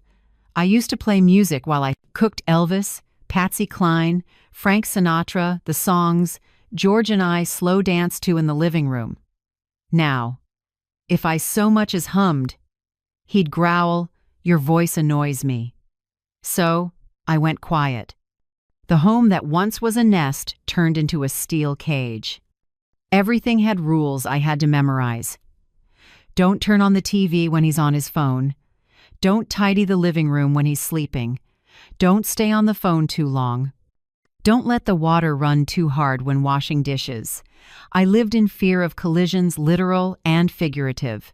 His long silences scared me more than his outbursts, because I knew the storm was just paused. Then the smallest thing would set it off. That Thursday night was cold and damp. I made vegetable soup because the fridge held only carrots, celery, and a few potatoes. There was not even $300 left in the account. I was stretching it to month's end. I set the bowl in front of him and said gently, "Try it, there's some chicken in there today." Caleb looked at the bowl, then at me, face twisted like I'd insulted him. "Soup again?" His voice dropped, and I knew what was coming. "You serving me garbage?" I kept my voice steady. "It's just for now. By the end of the week I'll—" Before I could finish, he flipped the bowl. Hot liquid splashed my hand, burning. Soup poured across the table, onto the floor, spreading like a pale stain. Then the slap. Fast, hard, so sudden all I saw was the kitchen light spinning. The chair crashed, I hit the tile. My knee slammed, shoulder burned, and a stabbing pain in my side made it hard to breathe. I heard his voice, distant but clear. "Get up, clean this mess, useless." And then the TV. American sitcom laughter filled the house like nothing had happened. I lay there for minutes or hours, I don't know, shaking, breathing short, heart racing. Blood at my lip, soup in my hair, wind at the window. No one else on earth knew what had just happened. Just me, him, and the walls. When I stood, my back felt split in two. I picked up a rag and slowly wiped every puddle. Each bend sent a knife through my side. I didn't dare cry. I was afraid the sound would bring him back. When it was clean like it never happened, I stood at the window. My reflection was a blur. Gray hair in tangles, sunken eyes, a face bruised and swollen. Streetlight glow made my skin look like wax. I touched the glass and whispered, "Who are you, Clara?" The woman in the glass didn't answer. That night I didn't eat. I sat by the bed, holding a cold teacup, listening to the clock tick. Each beat was a warning. Part of me wanted to run, but another part was tied down by fear and mother love. Even beaten and humiliated, my heart hurt thinking of the boy who once fit in my arms. I remembered him at 8, when bullies picked on him at school. I'd stood on that playground and shouted, "Don't touch my son!" I had promised I'd always protect him, and now I was the one who needed protection from him. Around 3 a.m., I heard the door open. Caleb came back from drinking. The hall filled with beer, cigarettes, and sweat. I held my breath and listened to the heavy steps. His door slammed. Silence. I stared into the dark, and for the first time in years, a thought came cold and clear.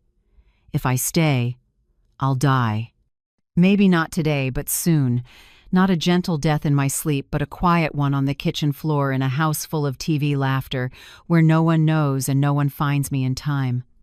I looked at the little room and the old photos, our wedding, Caleb's birthdays, the beach trip years ago.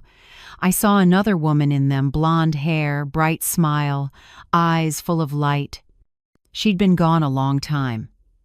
I realized I was no longer afraid of dying. I was afraid of dying without living again first. That night, I didn't pray the usual prayer. I didn't ask God for endurance. I asked for courage to stop enduring, and in the heavy silence of that, I made a decision. There will be no next time, no more yelling, no more hits. I wouldn't scream or seek revenge. I'd do what he would never expect. I would get out of this cage and take myself back. No savior, no miracle, just the belief that I deserve to live. I looked out the window where moonlight caught the raindrops from the afternoon. They glittered like 100 small eyes watching me as if the world were witnessing my quiet vow. Tomorrow, I whispered, everything changes. For the first time in 7 years, I smiled not from joy, but because I knew the fear inside me had started to crack. After a sleepless night, when the first thin light slipped through the curtain, I got up with a body so sore I had to hold the wall to stand. Every movement stabbed my ribs like a small knife, but I walked to the low dresser, the place where, for years, I kept what little freedom I had left. It's an old, dark wood dresser with a third drawer only I knew how to press her. Lock. I opened it with the tiny key hidden in the pin jar. Inside was my worn expense ledger, pages yellowed at the corners. Between lines of careful numbers, groceries, utilities, medicine lay a small brown envelope. I had tucked it there long ago, stashing a few dollars whenever Caleb didn't notice. Counting it now came to $320, not much, but all the freedom I had left. I sat and smoothed each bill. They smelled faintly damp, like my fear, locked away too long from the light. Beneath the envelope lay a small business card with frayed edges. Marilyn Ortega, social worker, Franklin County Senior Assistance. At the top corner was Mrs. Ellison's handwriting, the neighbor across the street. If anything happens, call her. Don't endure alone. I remember the day she gave it to me. It was spring. I was clipping roses when she came to the fence and said quietly, "Clara, are you okay? I heard a loud noise the other day." I smiled and lied. "It's nothing." I dropped a pan. She stared a long time, unconvinced. Before she left, she pressed the card into my hand. "Just in case," she said.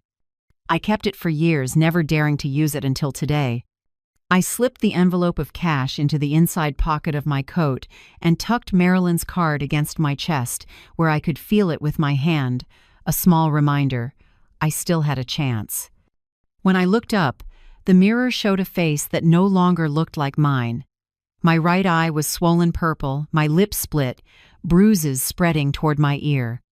Part of me wanted to walk out the door right then, but I knew if I went out looking like that, someone would ask, and Caleb would find out. I needed time, days, for the swelling to fade, for him to believe I'd learned my lesson. In the days that followed, I became the good mother he always wanted. I bowed my head, said yes, didn't argue, didn't meet his eyes. I served meals on time, brewed coffee to spec, cleaned without a sound. When he passed by, I stepped back. I let him see a woman completely subdued. Caleb started to look satisfied. He'd pass me in the living room with a smug nod. "See? Not so hard," he said, smirking. "You just need to know who's in charge." I smiled, empty and hollow, but enough to keep him fooled. Inside, I counted days and hours. I'd waited too long not to be quiet now. "Sunday night," he said. "Tomorrow I'm meeting friends. I'll be back in the afternoon. Have dinner at 8. Make steak.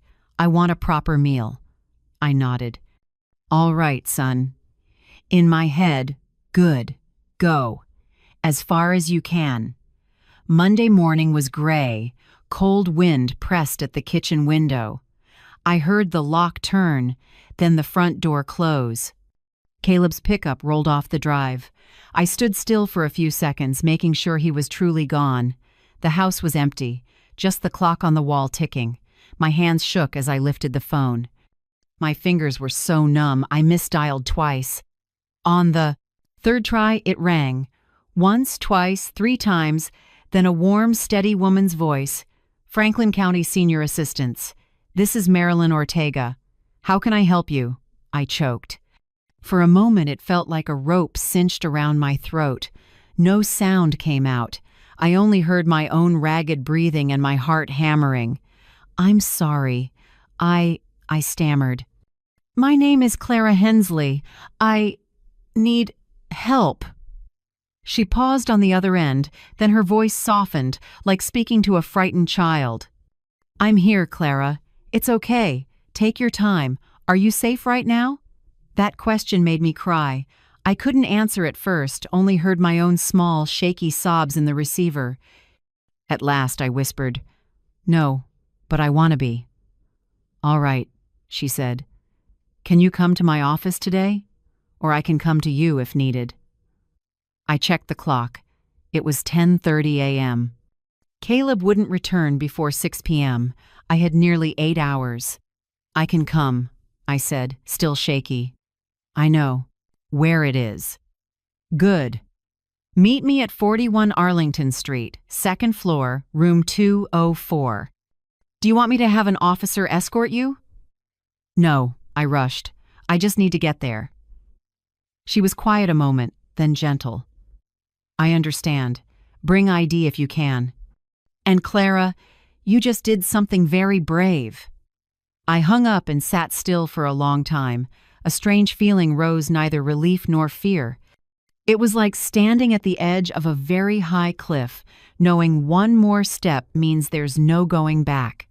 I changed into my plainest clothes, brown slacks, gray sweater, a scarf to cover the bruises.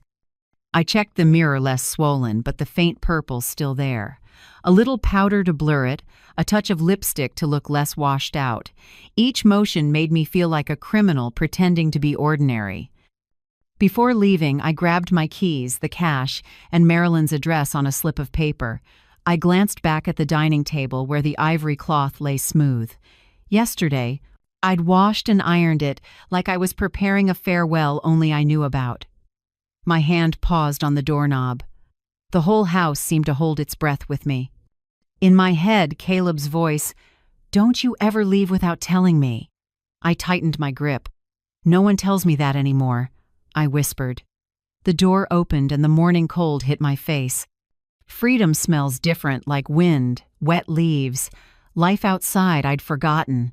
I stepped out and pulled the door gently closed without locking it. I wanted police to be able to enter easily if needed when I came back. The street was quiet. Sparrows lifted off the fence. I pulled my coat tight and hurried toward downtown. Each step matched a hard heartbeat. Every sound behind me made me flinch.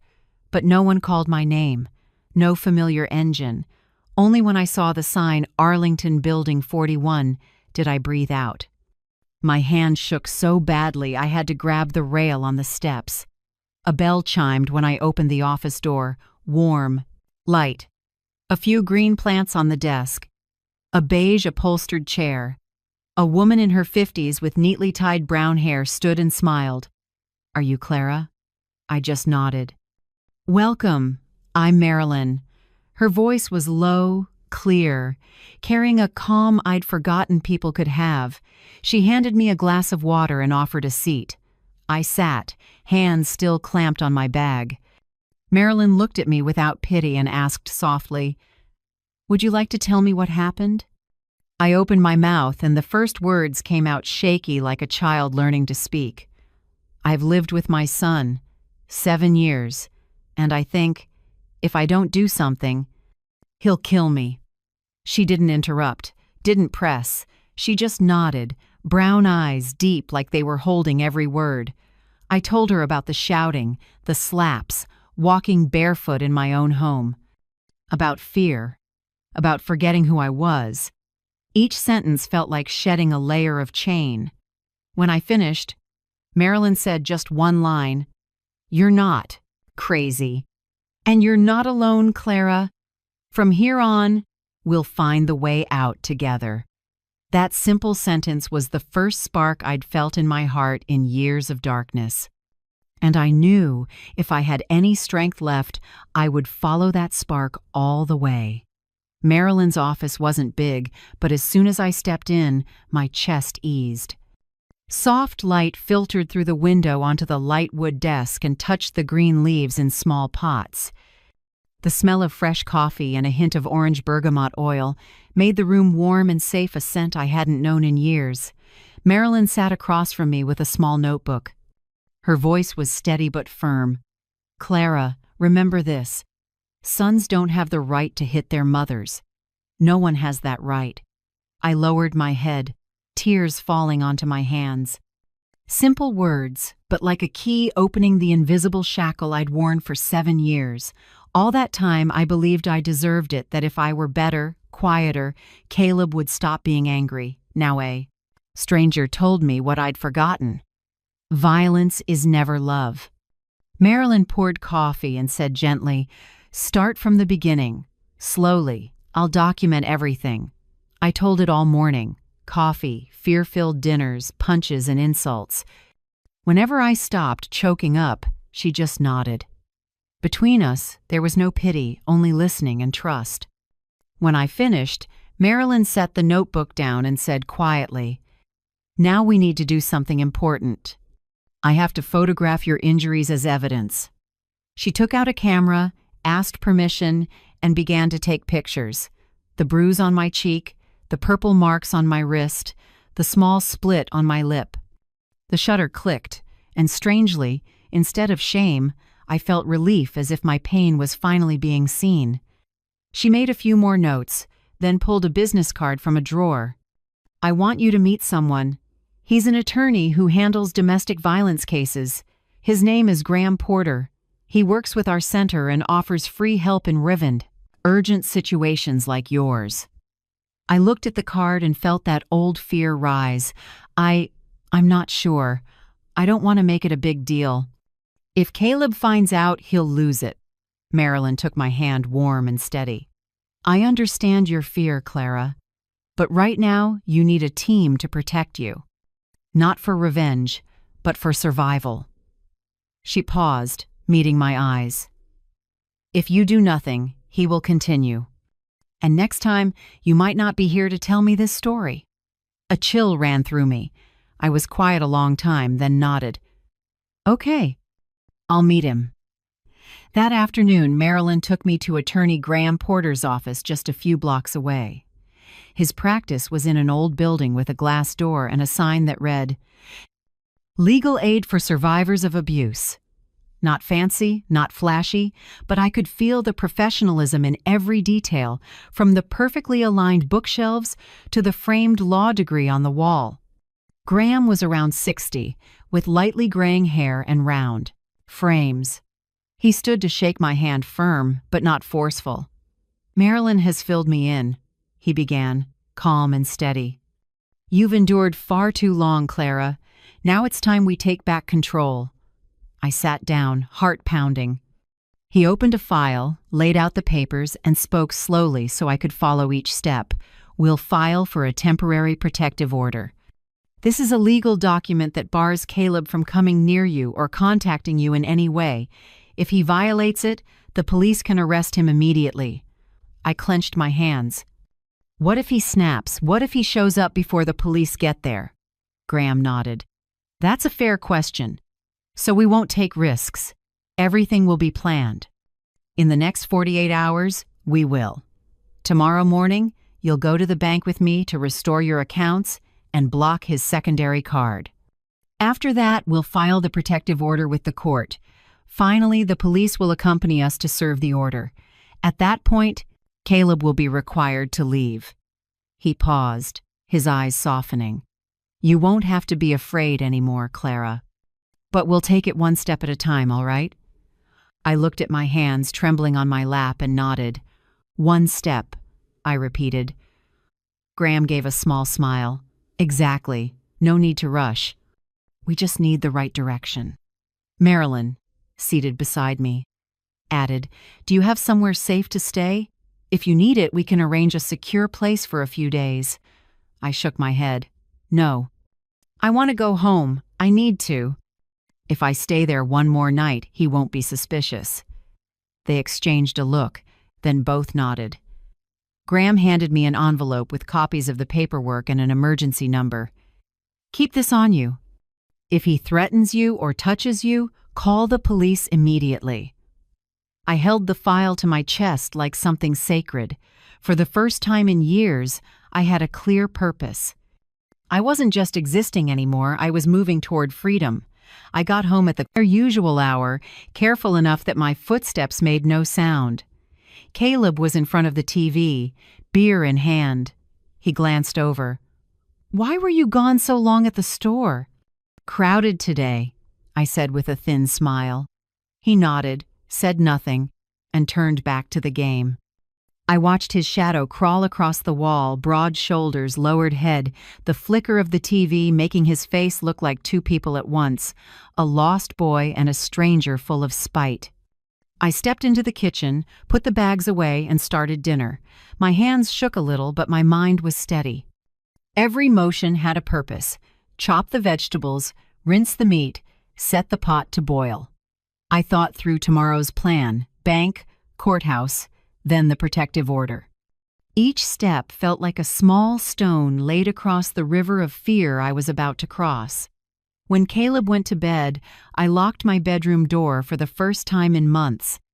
I set the file on the table and read each line carefully, stopping at the bold words, "Temporary protective order request." Below that was the signature line, "Applicant, Clara Hensley." Seeing my name on that paper made my heartbeat change, not from fear, but from hope. I sat down and wrote a few lines in the little notebook I keep by the bed. Tomorrow, I start again. I don't know what the future looks like, but I know I deserve a life without fear. Outside, wind moved through the trees, dry leaves whispering like a quiet blessing. The warm light in my room pooled over the page, lighting up my shaky signature proof that this woman had decided to stand up. I closed the notebook and turned off the lamp. In the dark, my heart still beat hard, but this time it wasn't panic. It was life. I didn't sleep that night, but I wasn't in despair anymore. I lay there listening to the clock tick, each beat a reminder. Just one more day, Clara. One more day and freedom begins. The next morning, the sky was softly gray, wind threading through the trees in front of the house, dry leaves spinning on the sidewalk. I put on an old brown coat to cover the bruise on my neck and wrapped a scarf around my shoulders.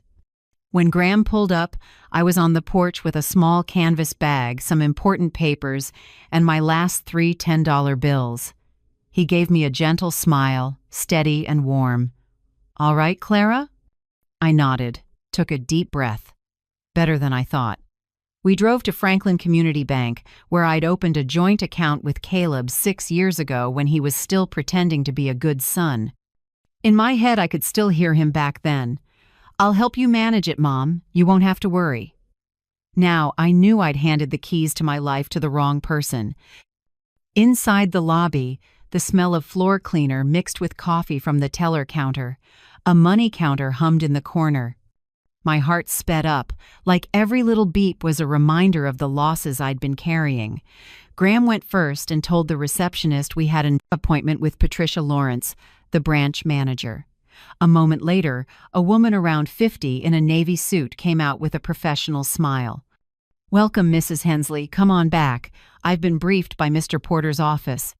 In a private room, Graham summarized the situation, calm but firm. Mrs. Hensley's son seized control of her finances, used an unauthorized secondary card, and there are signs of abuse. We want to restore full ownership to her. Patricia nodded and started typing. "Understood. We'll need to verify identity and have you re-execute the account ownership documents." My hand shook as I signed Clara Hensley. Those 3 words, just a formality on paper, made my chest ache. I hadn't signed my name on anything important in years. Every letter felt like a declaration. I still have authority over my own life. Patricia handed me a checklist of what we'd do. Cancel the secondary card in the name of Caleb Hensley. Change all PINs and passwords.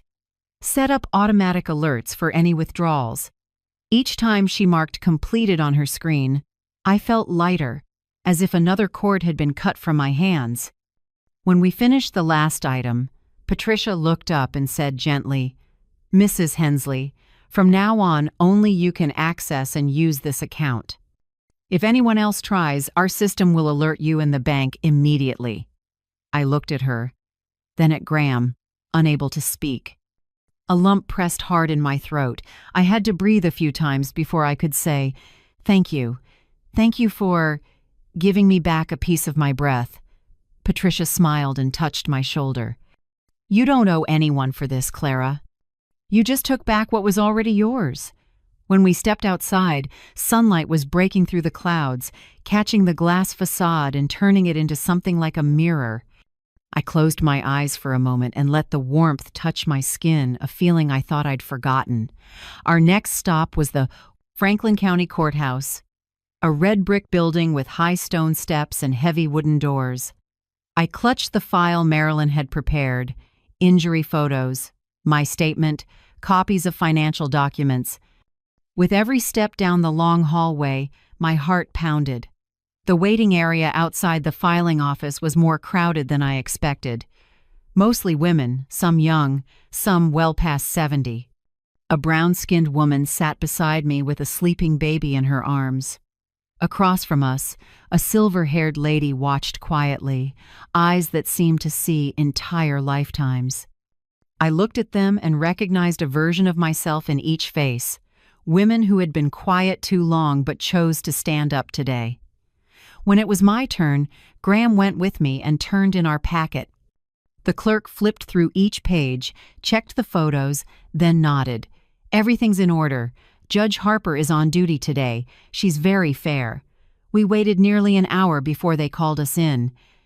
Judge Harper, short hair, glasses, a serious face, read our file slowly, line by line.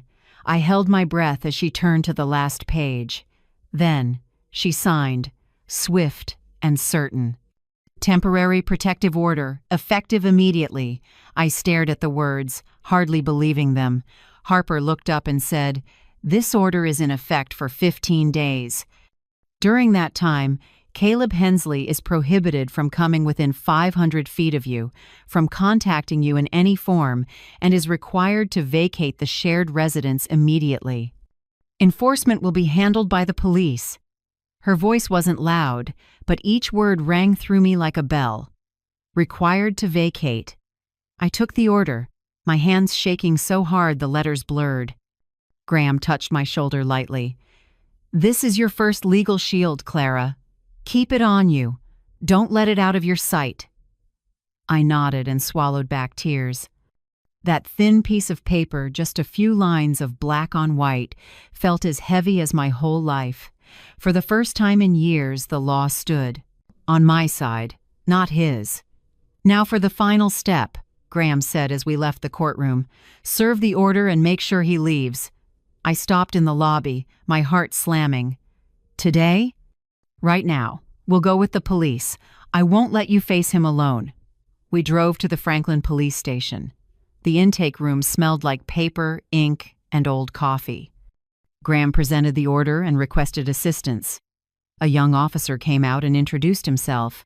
"Officer Miguel Ramirez. I'll be handling this." He was tall and solid, his eyes steady but not cold. When we shook hands, he said, "Mrs. Hensley, we're here to protect you today. I need to confirm, do you believe he's home now?" I nodded. "Yes. He usually gets back before 6. It's just past 4:30. Good.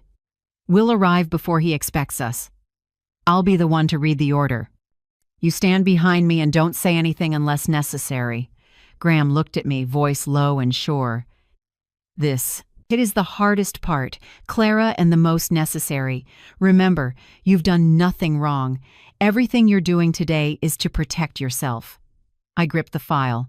Fear and relief pushed against each other inside me. It felt like climbing a steep hill with a cliff ahead and fire behind. There was no going back. As we got into the patrol car, a siren wailed somewhere in the distance.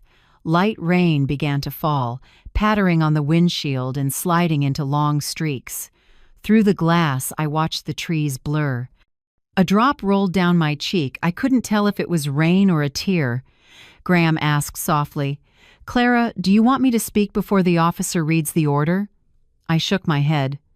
"No, I want to witness it. I need to see it with my own eyes." Ramirez nodded. "Good. When we arrive, just stand still.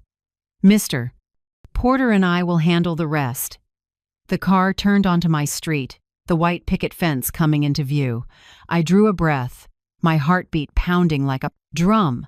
My house, once a haven, then a prison, was about to be returned to its rightful owner. I tightened my fists and whispered a prayer. Lord, give me the strength to stand. We pulled up to the drive. Ramirez stepped out, the black rain shell draped over his shoulders. Graham turned to me with a small smile. It's time, Clara. I nodded and stepped onto the cold, wet ground. The order shook in my hand under the light rain, but I didn't hide it. For the first time in years, I wasn't hiding. Ramirez climbed the steps and knocked hard. The sound echoed through the rain into every wall that had held my fear. Footsteps inside, then Caleb's voice, rough as ever. Who is it? I swallowed and tightened my grip on the file. Franklin Police, Ramirez called, calm and clear. I need to speak with you, Caleb Hensley. With a single knock on the door, 7 years of fear cracked like glass. Do you feel that's the moment most worthy of saying enough? Tell me how it felt to you. In that moment, I realized every painful road I'd walked these 7 years led here, and I was ready to step out of my cage for good. The patrol car turned into my drive, its tires scraping over the wet gravel. Through the fogged window, I saw Caleb's silver pickup already parked by the garage. My chest tightened. He was home. Every cell in my body stretched taut, afraid, and determined. Officer Ramirez killed the engine and looked at me. Rain traced long lines down the windshield like time itself, long, cold, and irreversible. Clara, he said, voice low and crisp. When I go in, you stand behind me. Don't speak, don't argue, don't react if he gets heated. The law will handle it. Understand? I nodded, though my throat was dry. I understand. From the back seat, Graham handed me the order sealed in a plastic sleeve. Keep it in your hand. If he resists, just hold it up. Don't say a word. I squeezed the page until my palm warmed. At it. One sheet of paper, the only thing between me and 7 years of terror. Ramirez opened the door and the rain rushed in, along with the heavy sound of boots on the wooden steps. He knocked 3 decisive times. The echo carried across the porch. I stood a few feet behind him, hearing my heart thud like a drum. The door swung open. Caleb stood there, hair a mess, wrinkled t-shirt, face flushed. His eyes slid past me and locked onto Ramirez. What the hell is this? He snarled. Why'd you bring cops to my house? Ramirez didn't budge. His tone stayed even. Mr. Hensley, this is not your house. This is the legal residence of Mrs. Clara Hensley. We're here to enforce a temporary protective order issued by the Franklin court this morning. For a second, Caleb's face went pale. Then it burned red. What? What kind of joke is this? He whipped toward me, voice scraping like metal. Mom, what did you do? I didn't answer. Ramirez took a half step forward, blocking his line to me. You have 60 minutes to collect essential belongings and leave. You are prohibited from coming within 500 feet of Mrs. Hensley. Any violation will result in immediate arrest. You don't have the right. We have a court order. Graham cut in, holding the paper out. You may read it, but you can't keep it. Caleb snatched it, eyes scanning fast. I watched his throat twitch and his jaw clamp tight. He started crumpling the page, but Ramirez stepped in, firm and final. You're obstructing enforcement. Calm down, gather your things, and go. In that instant, the person in his eyes was no longer the one who used to call me Mom in a small mourning voice. I saw only a stranger, furious at losing control. He backed up and slammed his palm against the wall. This isn't over, he hissed through his teeth. You think you've won? You'll regret humiliating me. Ramirez's hand rose to his belt, brushing cuffs. That's a threat, Mr. Hensley. I suggest you focus on packing. The house felt so heavy I could hear the rain tapping the window. Caleb growled and stomped up the stairs. Each thudding step hit my heart like an invisible blow. I stayed still. Graham murmured at my ear, "Don't watch, don't speak. Let the law do the talking." 30 minutes later, the clatter of things being thrown bounced down the stairwell suitcase, clothes, a couple pairs of shoes. He came into view with an old duffel slung over his shoulder, eyes still bloodshot. He stopped at the last step and stared hard at me. "I can't believe you did this to your own son." I swallowed and answered, quiet but firm, "I didn't do anything to you, Caleb. I chose to survive." He scoffed, smirked, then shoved the door open. The suitcase tumbled off the porch, popped open, and his clothes spilled into the rain. I didn't bend to pick them up. Ramirez motioned him away. When Caleb's engine growled, I heard the tires grind the gravel, spitting mud and water. Then, silence. The house felt shockingly empty. No more heavy footsteps. No more, "Where are you?" barked from the hall. No more looming shape in the kitchen every evening. Just the clock's steady tick and the smell of cooling coffee on the table. I stood there, hands still trembling, until Ramirez came back with a gentler tone. "Are you all right, Mrs. Hensley?" I nodded, lips moving before sound came.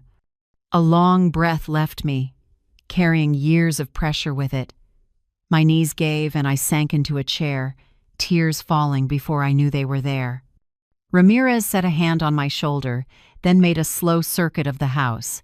He checked windows, secured the back door, and jotted a few notes.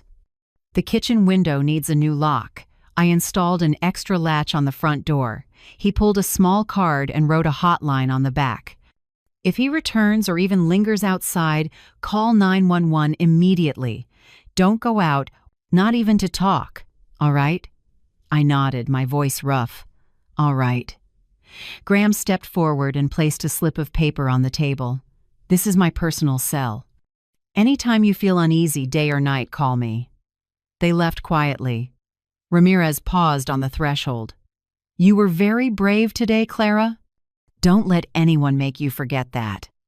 I watched them go as the door closed. The patrol car's engine faded until only the soft rain on the porch remained. I stood and walked the house slowly. Each step felt like a small pilgrimage through the living room, down the hall, into the kitchen where I'd been shoved to the floor. I laid my hand on the wooden table, on the fridge door, on the old photo of Evan, my husband. "Do you see this?" I whispered. I finally did it. I opened a window and let the air in. Cool wind poured through, carrying damp earth and wet leaves. I breathed deep and felt the quiet fill the space where boots, shouts, and anger had lived. For the first time in 7 years, the house was quiet and it wasn't scary. I towel-dried my hair, changed my shirt, and opened the fridge. A few vegetables, some potatoes, a bit of butter, and a packet of egg noodles. I set water to boil, chopped the vegetables, and seasoned with salt and pepper. Steam fogged the glass. My reflection in the mist wasn't the same woman who'd trembled here days ago. When the soup was ready, I brought it to the table. No candles, no flowers, no TV. Just me, a chipped ceramic bowl, and the clean smell of herbs. I lifted a spoon, blew on it, and tasted. It didn't taste like fear anymore. I ate slowly, spoon by spoon, tasting the light sweetness of the broth, the softness of the potatoes, the butter melting at the edge of my tongue. Each spoonful was a statement, "I am living. I have taken back the reins." Night fell. I sat by the window and watched the rain taper off. Streetlights hit the wet leaves and laid a soft orange on the road. Something in me unfolded not joy exactly, but a new, fragile peace.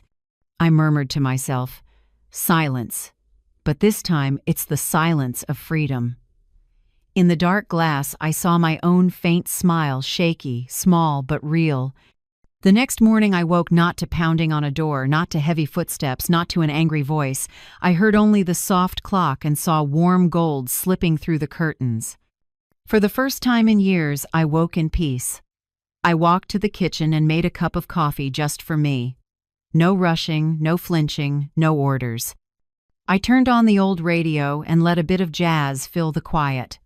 A low saxophone curled through the smell of fresh coffee and the strip of sun on the floor. I pulled the curtains open and the window, too. No stale smoke, no spilled beer, just wood, sunlight, and the scent of roses from the small backyard. I sat at the table and watched the light fall across the ivory tablecloth, the same place that had held too many rages. Now it held only calm, a new beginning. At noon, I did something I hadn't dared in years. I called Nora Blake. Nora had been my closest friend before Caleb took over my life. We used to see plays, go to charity luncheons, swap recipes. Then one day I vanished from her world, excuses like tired, busy, not ready to see anyone. Truth was, I was ashamed. I didn't want her to see the bruises or ask, "What happened, Clara?" I dialed the number I still knew by heart. 3 rings. "Clara?" Nora's voice, a little unsteady. I choked up.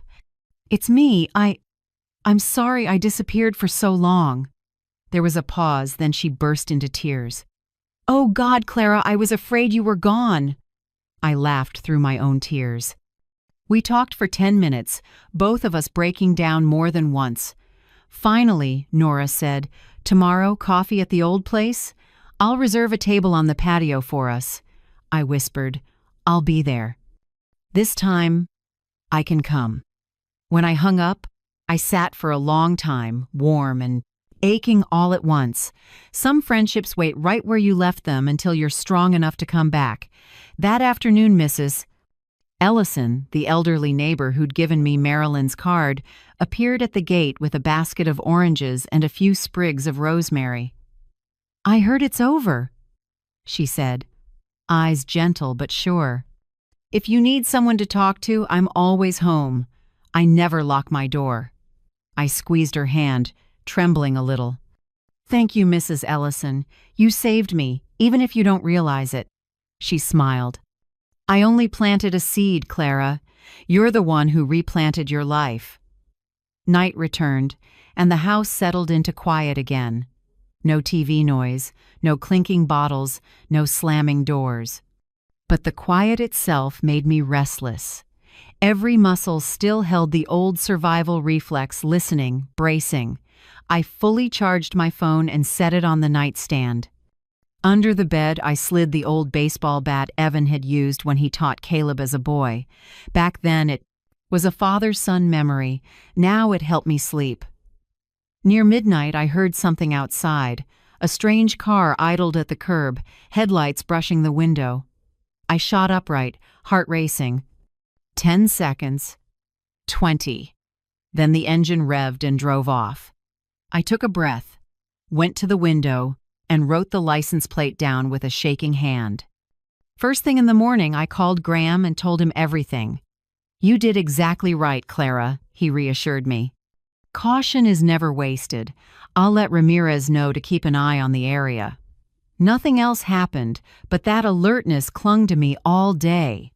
I realized my body didn't yet know how to be safe. It needed to relearn how to breathe, to rest, to believe no one was standing right behind me.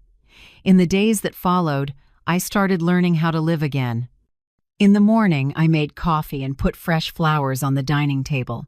At noon, I walked around the neighborhood, the streets I used to avoid because I was afraid of meeting the neighbors' eyes. In the evening, I turned on warm lights throughout the house, read on the sofa, and listened to the songs Evan used to love. I learned how to sleep again, not with pills, but with breathing. Every night, I counted each inhale and exhale so my heart could relearn a normal rhythm. At first, I slept 2 hours, then 3, then 4. Every morning I woke to sunlight, I knew I was making progress. Marilyn called me every day at exactly 8 a.m. "Good morning, Clara. Have you had breakfast?" "I'm having coffee," I'd answer. sometimes laughing at how consistent she was. Very good. Today is the 6th day you've been safe. I want you to write that number down somewhere. It will remind you that with each passing day, you're a little stronger. Those calls, simple as they seemed, kept me from slipping into the void. She wasn't just a social worker anymore. She became the anchor that kept me in the present. A week later, a letter arrived from the present court, the hearing for a permanent protective order scheduled for 10 days later. I read it carefully, my heart full of worry and resolve. It would be my first time telling everything in court, possibly in front of Caleb. I began to prepare. Every day, I practiced my statement like it was a survival drill, brief, honest, and not reactive. Graham warned. He'll try to say you're confused, exaggerating, or out for revenge. Let the truth stand on its own. You don't need emotion, just clarity. I wrote the key points on paper: times, places, and the level of abuse. Medical evidence, injury photos, and the police report. Statements from Marilyn and Officer Ramirez. Each time I read it, my hands shook less. My voice grew steadier. I practiced looking straight into the mirror and asked myself, if my son stood in front of me now, would I be afraid? And each day the answer became clearer. No, I'm not afraid anymore. One afternoon, Nora stopped by, with a still warm apple pie. I hear you're practicing your statement, she said, setting the pie on the table. But remember, Clara, your words are not just evidence, they're the story of a survivor. Anyone who hears it, including the judge, will feel that. I looked at her and smiled slightly. You still talk like a philosophy teacher, Nora. She winked. Because I used to teach philosophy, remember? We both laughed for the first time. A laugh rang through this house without making me flinch. That night, I sat on the porch with a cup of chamomile tea. The sky was calm, the moon full and bright, lighting up the little garden. The rose beds I'd neglected were blooming again slowly but surely. I breathed in, smelling earth and grass. I thought about the simple things I'd forgotten. Sitting still, breathing, living. No need to prove anything, no need to bow my head, no need to ask permission. In that gentle darkness, I spoke softly, not to anyone in Terriu. Particular, just to myself. I'm still here, I'm still alive, and I will never be silent again. I tilted my face to the sky. No more rain, no more shadows falling across the window. Only moonlight, night wind, and crickets humming like an old song coming back to life. I closed my eyes and took a deep breath, one breath of freedom, of real life. And for the first time, I felt something simple I had forgotten for 7 years. Peace isn't the absence of noise, it's knowing you're no longer afraid of it. The hallway at the Franklin courthouse was packed that morning. The smell of coffee mingled with old paper, shoes clicked on stone floors, and small conversations rolled around me like waves. I sat on a bench, fingers laced together, palms cold with sweat. Next to me was Graham in a gray suit and deep blue tie, calm, as if he could organize a storm with just a look. On my other side, Marilyn sat quietly, a file in her hands, laying a gentle hand on my shoulder now, and then, as if to say, I'm here. The courtroom door opened, and I saw him. Caleb. He came from the opposite hall in a white dress shirt and black slacks. Hair combed his face so polished it made my skin crawl. A tall man in glasses walked with him, likely his lawyer. His eyes swept past me, then paused. In that moment, I saw what I'd known for 7 years, arrogance and challenge. But this time, I didn't lower my head. Graham murmured. Look straight ahead, Clara. Don't let him control the air. I nodded and drew a breath. I know. When the clerk called our case, I stood. My legs trembled a little, but I didn't need anyone to hold me up. We entered the courtroom, where Judge Harper was already on the bench, the same short-haired woman with a gaze both stern and even. I remembered her voice from the temporary order. Today it rang out again. Hearing on the petition for a permanent protective order between Mrs. Clara Hensley and Mr. Caleb Hensley now in session. The room fell still. I could hear the wall clock ticking. Harper looked at me. Mrs. Hensley, please explain why you're requesting the order. Graham gave a small nod, as if to say, be yourself. I stood, gripping the edge of the table to steady myself. I glanced at the benches filled with strangers, but I felt many eyes of sympathy. I began slow and low. Your Honor, I lived with my son Caleb for 7 years. In those 7 years, I lost things one by one.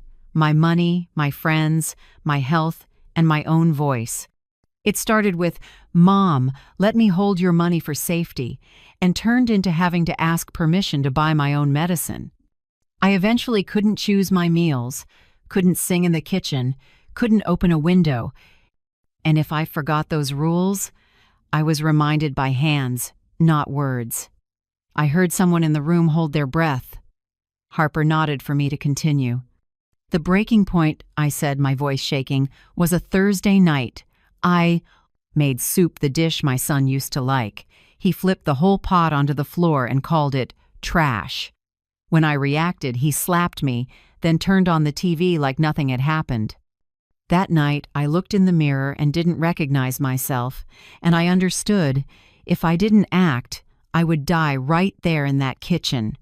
Harper made a few notes. Go on, Mrs. Hensley.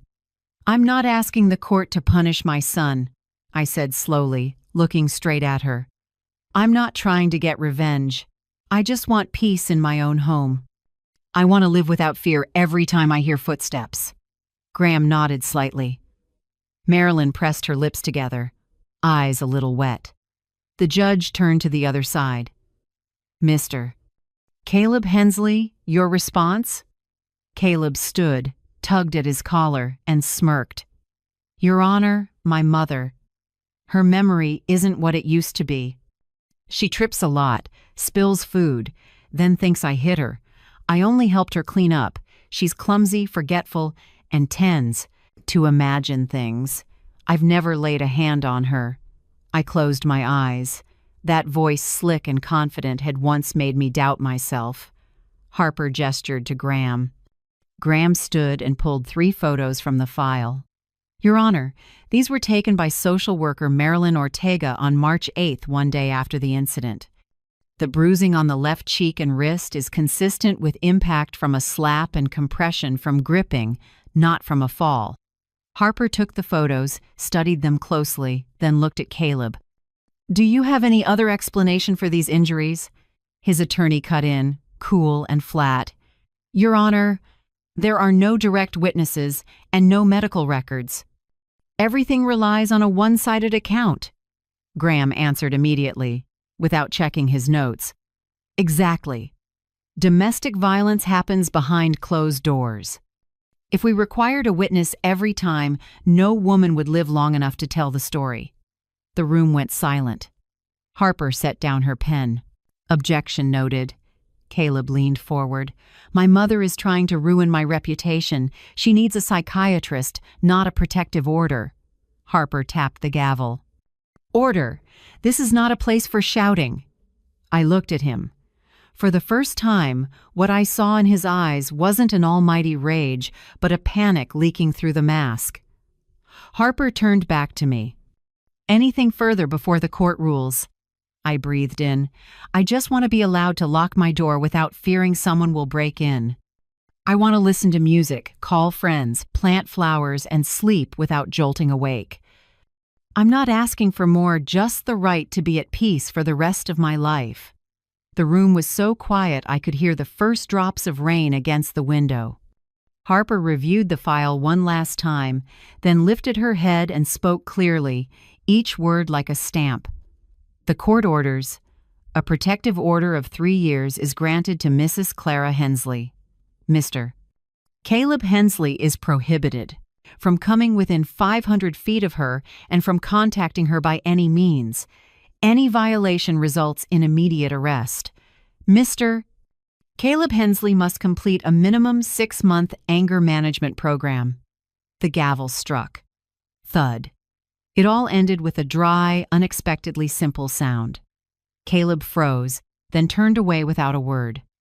I didn't look after him. I only heard the rear door of the courtroom close. Graham rested a hand on my shoulder and whispered, "It's done, Clara." I nodded. No cheers, no bursting tears. Just one long breath, deep, full, and real. Marilyn squeezed my hand. "You did it.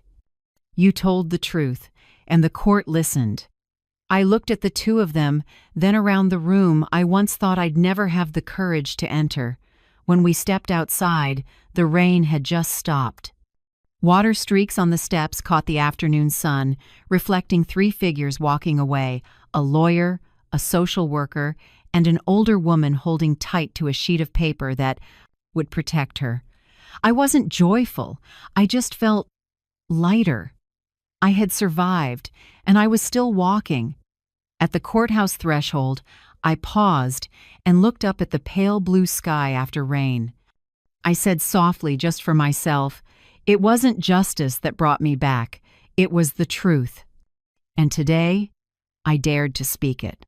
Then I walked down the steps, slow and steady, like someone relearning how to walk on her own legs. The weeks after the hearing passed in a quiet I thought I'd never have again. No more cars stopping suddenly at the gate, no more knocks that made my heart seize. Only ordinary sounds: crows on the porch, dry leaves brushing the roof, the drip of a leaky faucet. I began to love those sounds, as if they proved that real life had returned. Every morning I woke early, made coffee, and played soft music. Light streamed through the living room window and fell across the floor where I used to sit and cry for hours. Now, I laid out a few sheets of white paper and pulled out. My old watercolor set, the one I'd tucked away when Caleb moved in.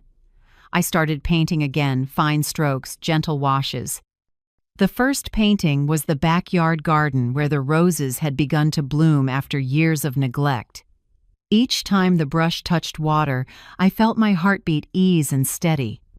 I realized art wasn't just for beauty, it was how a strangled heart loosens. One afternoon, after the sun had faded, I checked the mailbox as usual. A few bills, a flyer, and an envelope with no return address. I hesitated, then opened it. Inside was a single folded white sheet with a scrawl in ballpoint pen. "It's not over." The paper slipped from my fingers onto the porch. My heart pounded. I didn't need to guess that handwriting was Caleb's. I'd seen it hundreds of times on bills and notes he'd left on the table. I stood still for a few seconds, then went inside, locked the door, and grabbed my phone. I called 911, my voice shaky but clear. "This is Clara. Hensley. I have a 3-year protective order against my son. Today I received a threatening letter in his handwriting." The dispatcher reassured me and said a patrol would come to take a report. Graham arrived in half an hour. He examined the paper, put on gloves, and slipped it into a plastic sleeve. "Good, Clara. You didn't handle it much. The prints should be intact." "God," I whispered. "I thought it was over." Graham looked at me not just as a lawyer, but as a friend. "I know the feeling. But you did the right thing. This reaction calling right away shows you're living proactively now, not as a victim." That night, I sat on my bed without turning on the light. The door was locked, the curtains drawn, but I could still hear my heart pounding like a drum. Every sound outside made me tense. The baseball bat stayed under the bed, my phone fully charged, the flashlight on the nightstand. I kept telling myself, "I'm safe. There's police patrol. Everything has been logged." Sleep still didn't come. 2 days later, Ramirez called, his voice low and urgent. "Clara, we picked him up last night at a bar on 5th Street. He was drunk and loudly saying he'd make my mother pay. We have witnesses and video. You're safe for now." I dropped into a chair. In my head, I heard someone exhale. I wasn't sure if it was me or someone else. "You're sure?"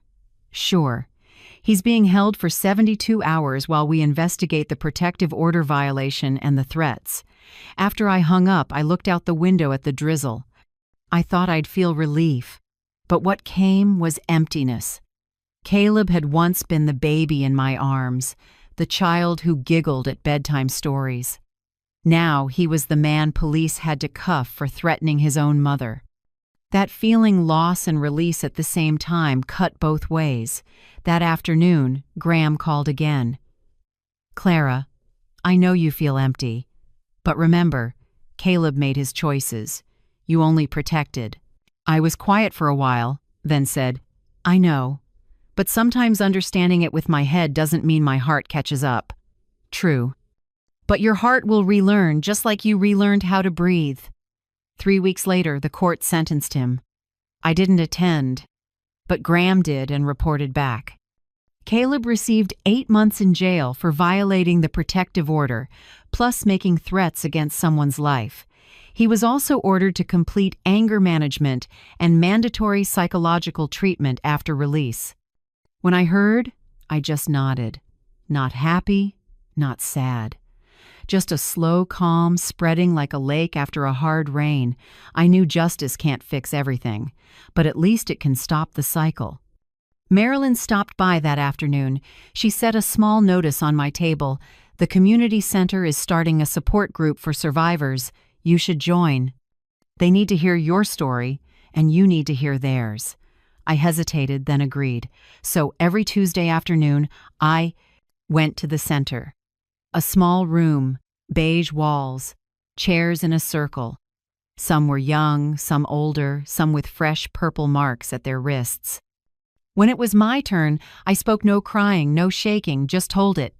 About fear, about the mirror that no longer showed me, about the judge's gavel.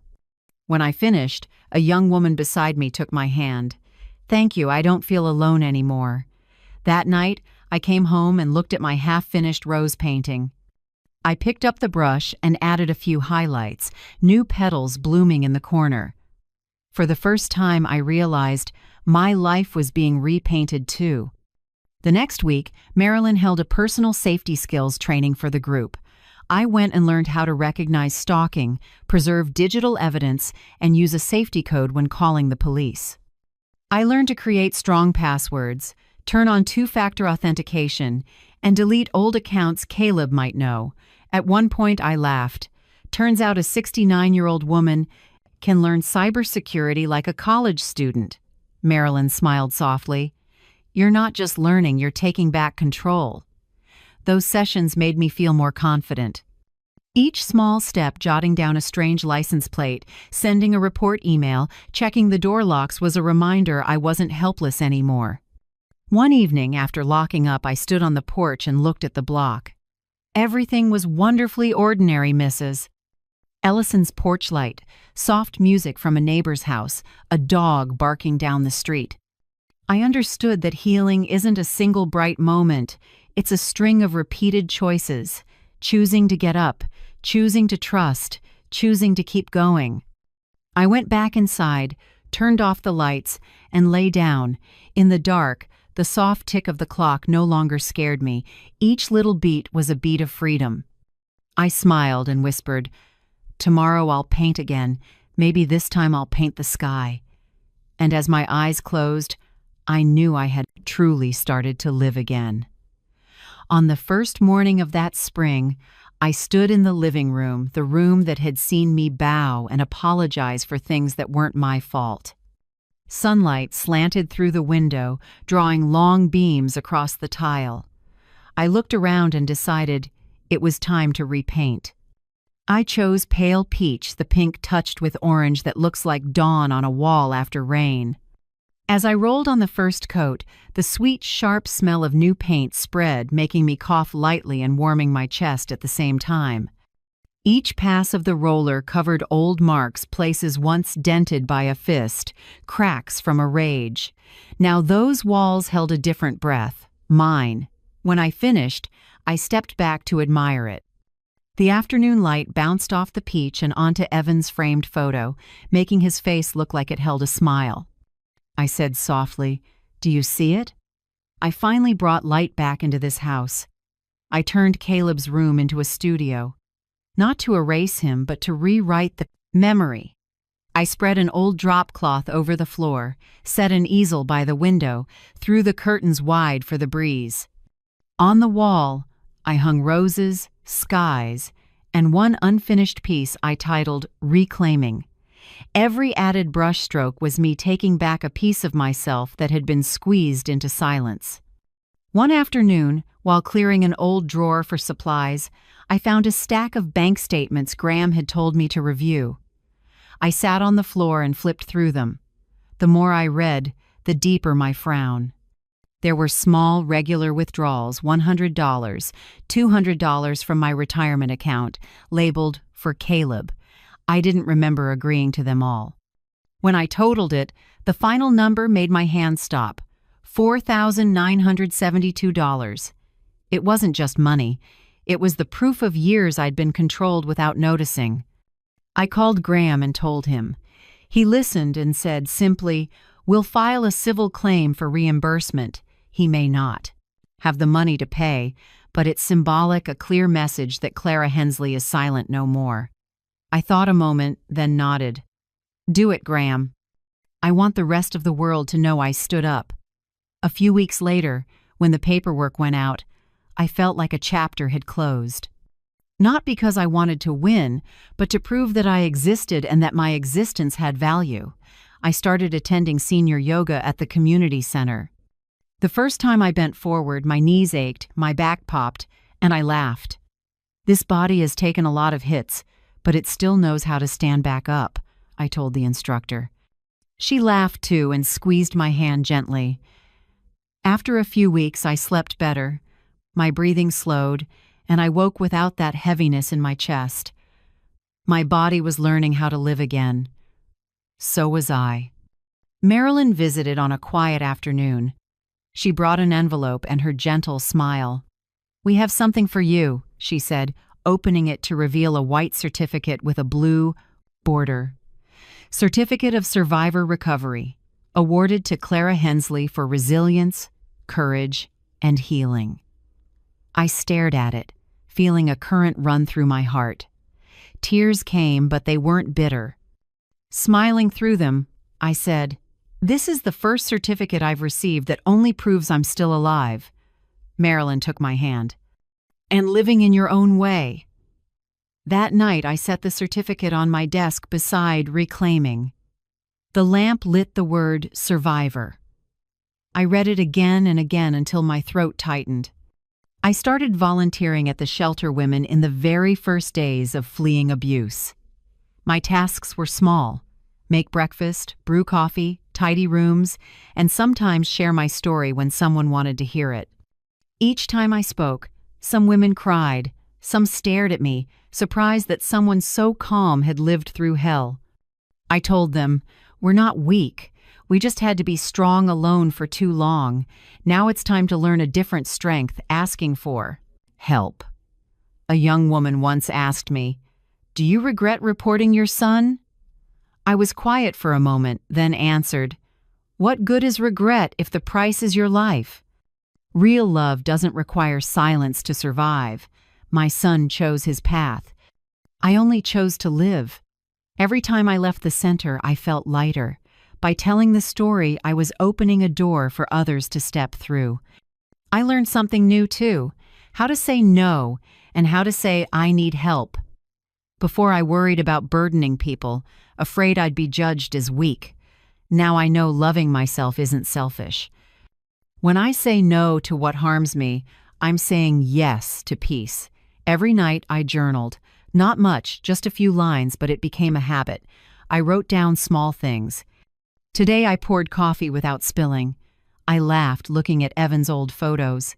I slept 5 full hours without a scary dream.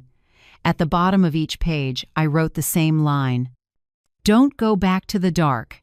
It wasn't just a reminder, it was a vow. One weekend evening, I invited Nora and Mrs. Ellison for dinner. Not a big party, just lasagna, a little salad, and a bottle of red wine I'd been saving. I put fresh roses in the center of the table and played soft music. When they arrived, sunset still lingered in the window frames, tinting the house a warm gold. Nora hugged me tight. "This house looks different, Clara. It has life." I smiled. "It only reflects the person living in it." We ate and talked, told old stories, sometimes laughing until we cried. When I poured the wine, my hand didn't shake. I realized I was no longer afraid of the clink of glasses or a man's loud laugh. No memory held this meal captive anymore. After dinner, Nora helped me wash the dishes while Mrs. Ellison watered the garden. When everything was done, I looked at them, two women who had once witnessed my collapse, now witnessing my recovery. I spoke softly, almost like a confession. There was a time I lived only to be afraid. Now, I live to be grateful. Nora smiled and laid a hand on my shoulder. And to teach others how to stand up. I smiled and looked out the window. Night had fallen, and the moonlight reflected off the pale peach walls I had just painted. No more shadows in the corners, only light, gentle, honest, and mine. I closed my eyes and took a deep breath. In a room filled with laughter, I could hear my own heartbeat again, calm, slow, steady. I knew this was no longer the house where I had been imprisoned. This was where I got to live for real.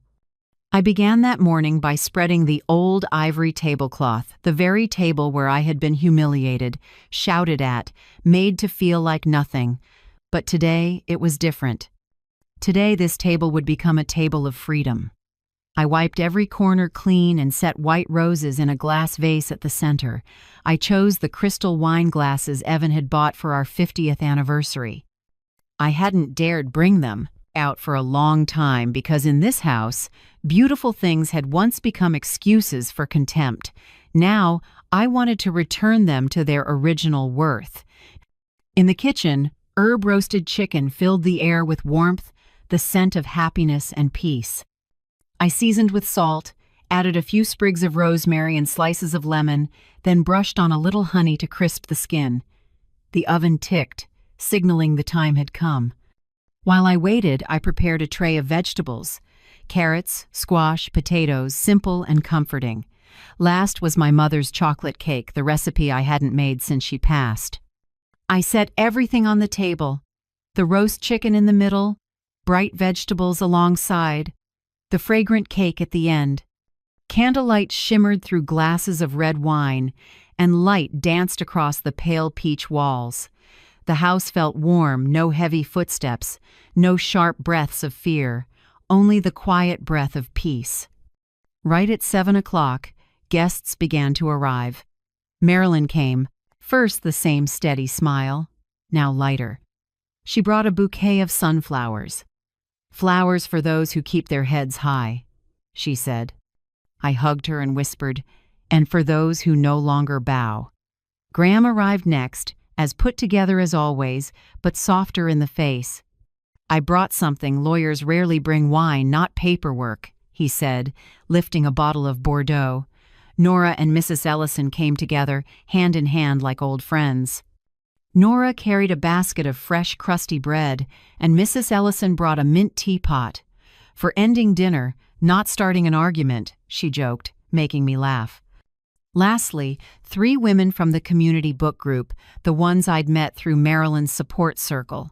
They had once come to the shelter seeking refuge. Now they were starting over. One had just gotten a job at the library. One was about to move into her own place. And the other was still in therapy. I wanted them here, because this dinner wasn't only for me, it was for everyone who had walked through the dark and was still standing. The house filled with voices, soft laughter humming like background music. When everyone sat down, Graham looked around the table and raised his glass.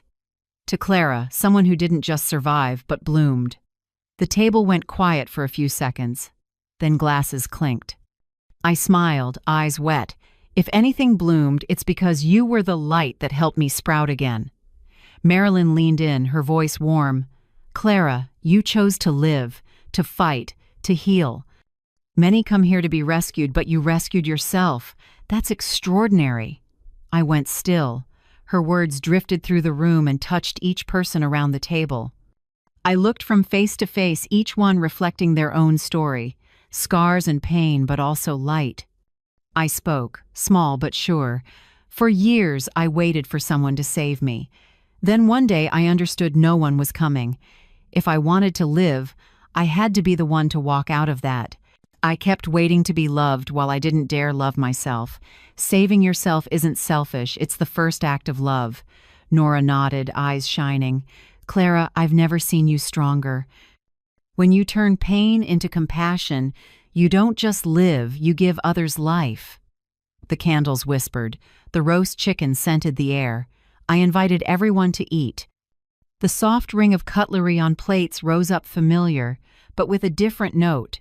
Not the sound of a forced meal, but of a life chosen. Graham told a few funny stories about cases he'd won. Mrs. Ellison chimed in with a tale about a neighbor who planted a tree without the HOA's permission, and the whole table shook with laughter. One of the book club women, Margaret, shared about her first job interview after divorce. I was so nervous I called the interviewer officer instead of HR director. Everyone burst out laughing. That laughter, natural, full, unforced, caught in my throat. It was a sound I had lost and just found again. After the main course, I brought out the chocolate cake. My mother's recipe, I said. She always said the best cake is made with shaky hands and a steady heart. Graham grinned. Then it must be excellent tonight. I sliced the cake and served each piece. When the last slice hit a plate, Marilyn looked at me and said softly, Clara, you've come full circle, from pain to peace. But the best part is, you didn't stop at surviving, you chose to love life again. I was quiet, lifting my eyes to the candlelight. I think surviving is a blessing, but loving life after it has crushed you, that's the miracle. Outside, the sky was clear and full of stars. A night breeze carried the scent of roses through the window. In the kitchen, dishes clinked as everyone helped clean up ordinary sounds I once feared, now pleasant. I leaned in the doorway, watching them, listening to their laughter, and felt a sudden swell in my chest. The house that had been a cage was now a refuge.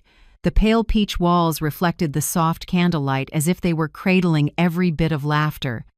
I whispered, not sure to whom, life has returned. When everyone left, I walked them to the gate. Mrs. Ellison turned back and hugged me tight. I'm proud of you, Clara. Tonight you didn't just host a dinner, you held a ceremony for your own soul. I smiled, eyes damp. Thank you for planting the seed that day. No, you're the one who made it bloom. When the gate closed, I went back inside. The kitchen still held the scent of cake, wine, and human warmth. I looked at the table now, washed with moonlight through the window, and felt an odd, clear peace. I sat, poured a little leftover wine, lifted my glass, and whispered to myself, to peace, to those who walked through the dark, to me. I set the glass down and looked outside. Deep down, I truly wished Caleb peace. Not because he deserved it, but because I didn't want to carry hate any longer. Forgiveness, I now understood, isn't about erasing the past. It's about freeing yourself from its chains. That night when I went to bed, I looked at the door. The lock was still there, but I didn't slide the bolt. Not because I forgot, but because I didn't need to. For the third time in my life, I slept without locking the door. A small act, but a big moment. And before I drifted off, I knew I had truly returned to life, to the light, to myself. I began each morning with a small ritual, a hot cup of tea, sunlight spilling onto the porch, and a leather-bound journal waiting on the table. On the first page, written in blue ink, it says, 3 things I'm grateful for today. It's a habit I learned in group therapy. And for almost a year now, my first line has always been the same. 1. I'm grateful for myself. I'm grateful for the woman who didn't give up on those nights when there seemed to be nothing left to believe in. Grateful for these hands shaking but still opening the door to step into the light. Grateful for this heart cracked but still brave enough to love life again. Second, I usually write, I'm grateful for this home. Because now it's no longer a prison. It's a place of peace, of morning music, of the lavender I just replanted on the porch. And third, I'm grateful for the people who walked with me: Marilyn, Graham, Nora, Mrs. Ellison, and the women I met at the shelter. Each is a piece of the mosaic of my return. Now I keep a new rule: clear boundaries, kindness with limits. I've updated my security system, saved emergency numbers, and set up a camera at the front door. But more important are the invisible fences, emotional boundaries. I no longer apologize for needing quiet. I no longer accept things just to keep others comfortable. Boundaries, I've learned, aren't distance. They are the outline of self-respect. Every week I still go to the shelter not as someone in need, but as the woman who leads the craft class. I named the workshop From Fear to Creating. We cut paper, mix colors, knit. Some hands shake so much they can barely hold scissors, but the cuts get steadier. I tell them, our voices were taken for a while, but when we make something, even a small card, we're saying, I exist. One session, a young woman came up to me, eyes red. Mrs. Clara, I don't know when I'll ever feel as at peace as you. I smiled and held her hand. Peace doesn't arrive all at once. It comes little by little, every time you choose yourself over fear. The civil case is still moving forward. Graham updates me often. He says that even if Caleb can't fully repay, the court accepting the case is already a win. The money may never come, he said, but your dignity is back where it belongs. I don't care about the money anymore. I just want acknowledgement that I'm not weak, not controlled. This time the courthouse isn't only where justice is carried out, it's where my passage through is affirmed. On the front porch, I replanted lavender, the flower Evan loved. Years ago, it withered from neglect. Now, as I turn the soil, the scent drifts through the breeze, sweet and clean. Every morning I water it and watch each stem reach up. A neighbor passing by said, "That looks beautiful, like it's brand new." I smiled. It's not new, just given a chance to bloom again, like me. One evening, I opened my journal and wrote a letter to myself from 7 years ago. Clara, from 7 years ago, I know you're afraid. I know you think silence will keep the peace. But silence doesn't save anyone, it only makes the dark bigger. One day, you will stand up. You will find people who believe you, and more importantly, you will believe yourself again. When that day comes, you'll see. You were never weak. You were made to forget your strength. Forgive yourself for taking so long to see it. Clara of today. I folded the letter and placed it in a drawer, the one that used to hold bills and painful papers. Now it holds the memory of someone who survived and is living well. The next morning, when the first light came through the window, I looked around the house, everything bathed in sunlight. I understood something I couldn't have 7 years ago. Freedom isn't a destination. It's a habit. Freedom is making tea without hearing a shout. Freedom is opening a window without fearing footsteps. Freedom is laughing without looking around first. And freedom is choosing, each day, to live a little more with gratitude and courage. I set a pitcher of lemonade in the center of the table like Evan and I used to do whenever we had company. But today, it wasn't for people who scared me, it was for friends who made me feel warm. I added a few mint leaves, and the fresh scent spread through the room. This house once witnessed my collapse. Now it witnesses my return. I went out to the porch, sat in the wicker chair, watched the wind move through the lavender, and listened to children laughing next door. In that moment, I gently closed my eyes, took a deep breath, and said to myself softly, just loud enough for the breeze to hear, I'm here. I'm alive. I'm free. If someone asked me now, what changed your life? I wouldn't say the law or the help. I would say, it was a choice on an ordinary morning when I decided not to endure anymore. Freedom, I learned, begins with a small choice, the choice not to be silent. and I know someone hearing this today may be in a dark room like I once was. I only want them to hear one thing. The light doesn't disappear. It's just waiting for you to open the door. Thank you for staying with me to the very last lines. I don't know where you're listening from, maybe a small kitchen that smells like morning coffee, or a quiet room late at night. But if anything I've said made your heart stir even once, please leave me a small sign, a comment, a hello, or simply the name of the city where you live. Because somewhere out there, someone might read it in silence and find the faith to begin again. If this story touched you, please tap like or subscribe. So when the next stories of courage, healing, and freedom are told, you'll be there again like an old friend returning. Every comment you leave is a small light for those still lost in the dark. From the bottom of my heart, thank you for being here, for listening, and for still believing that freedom, even late, always finds its way home.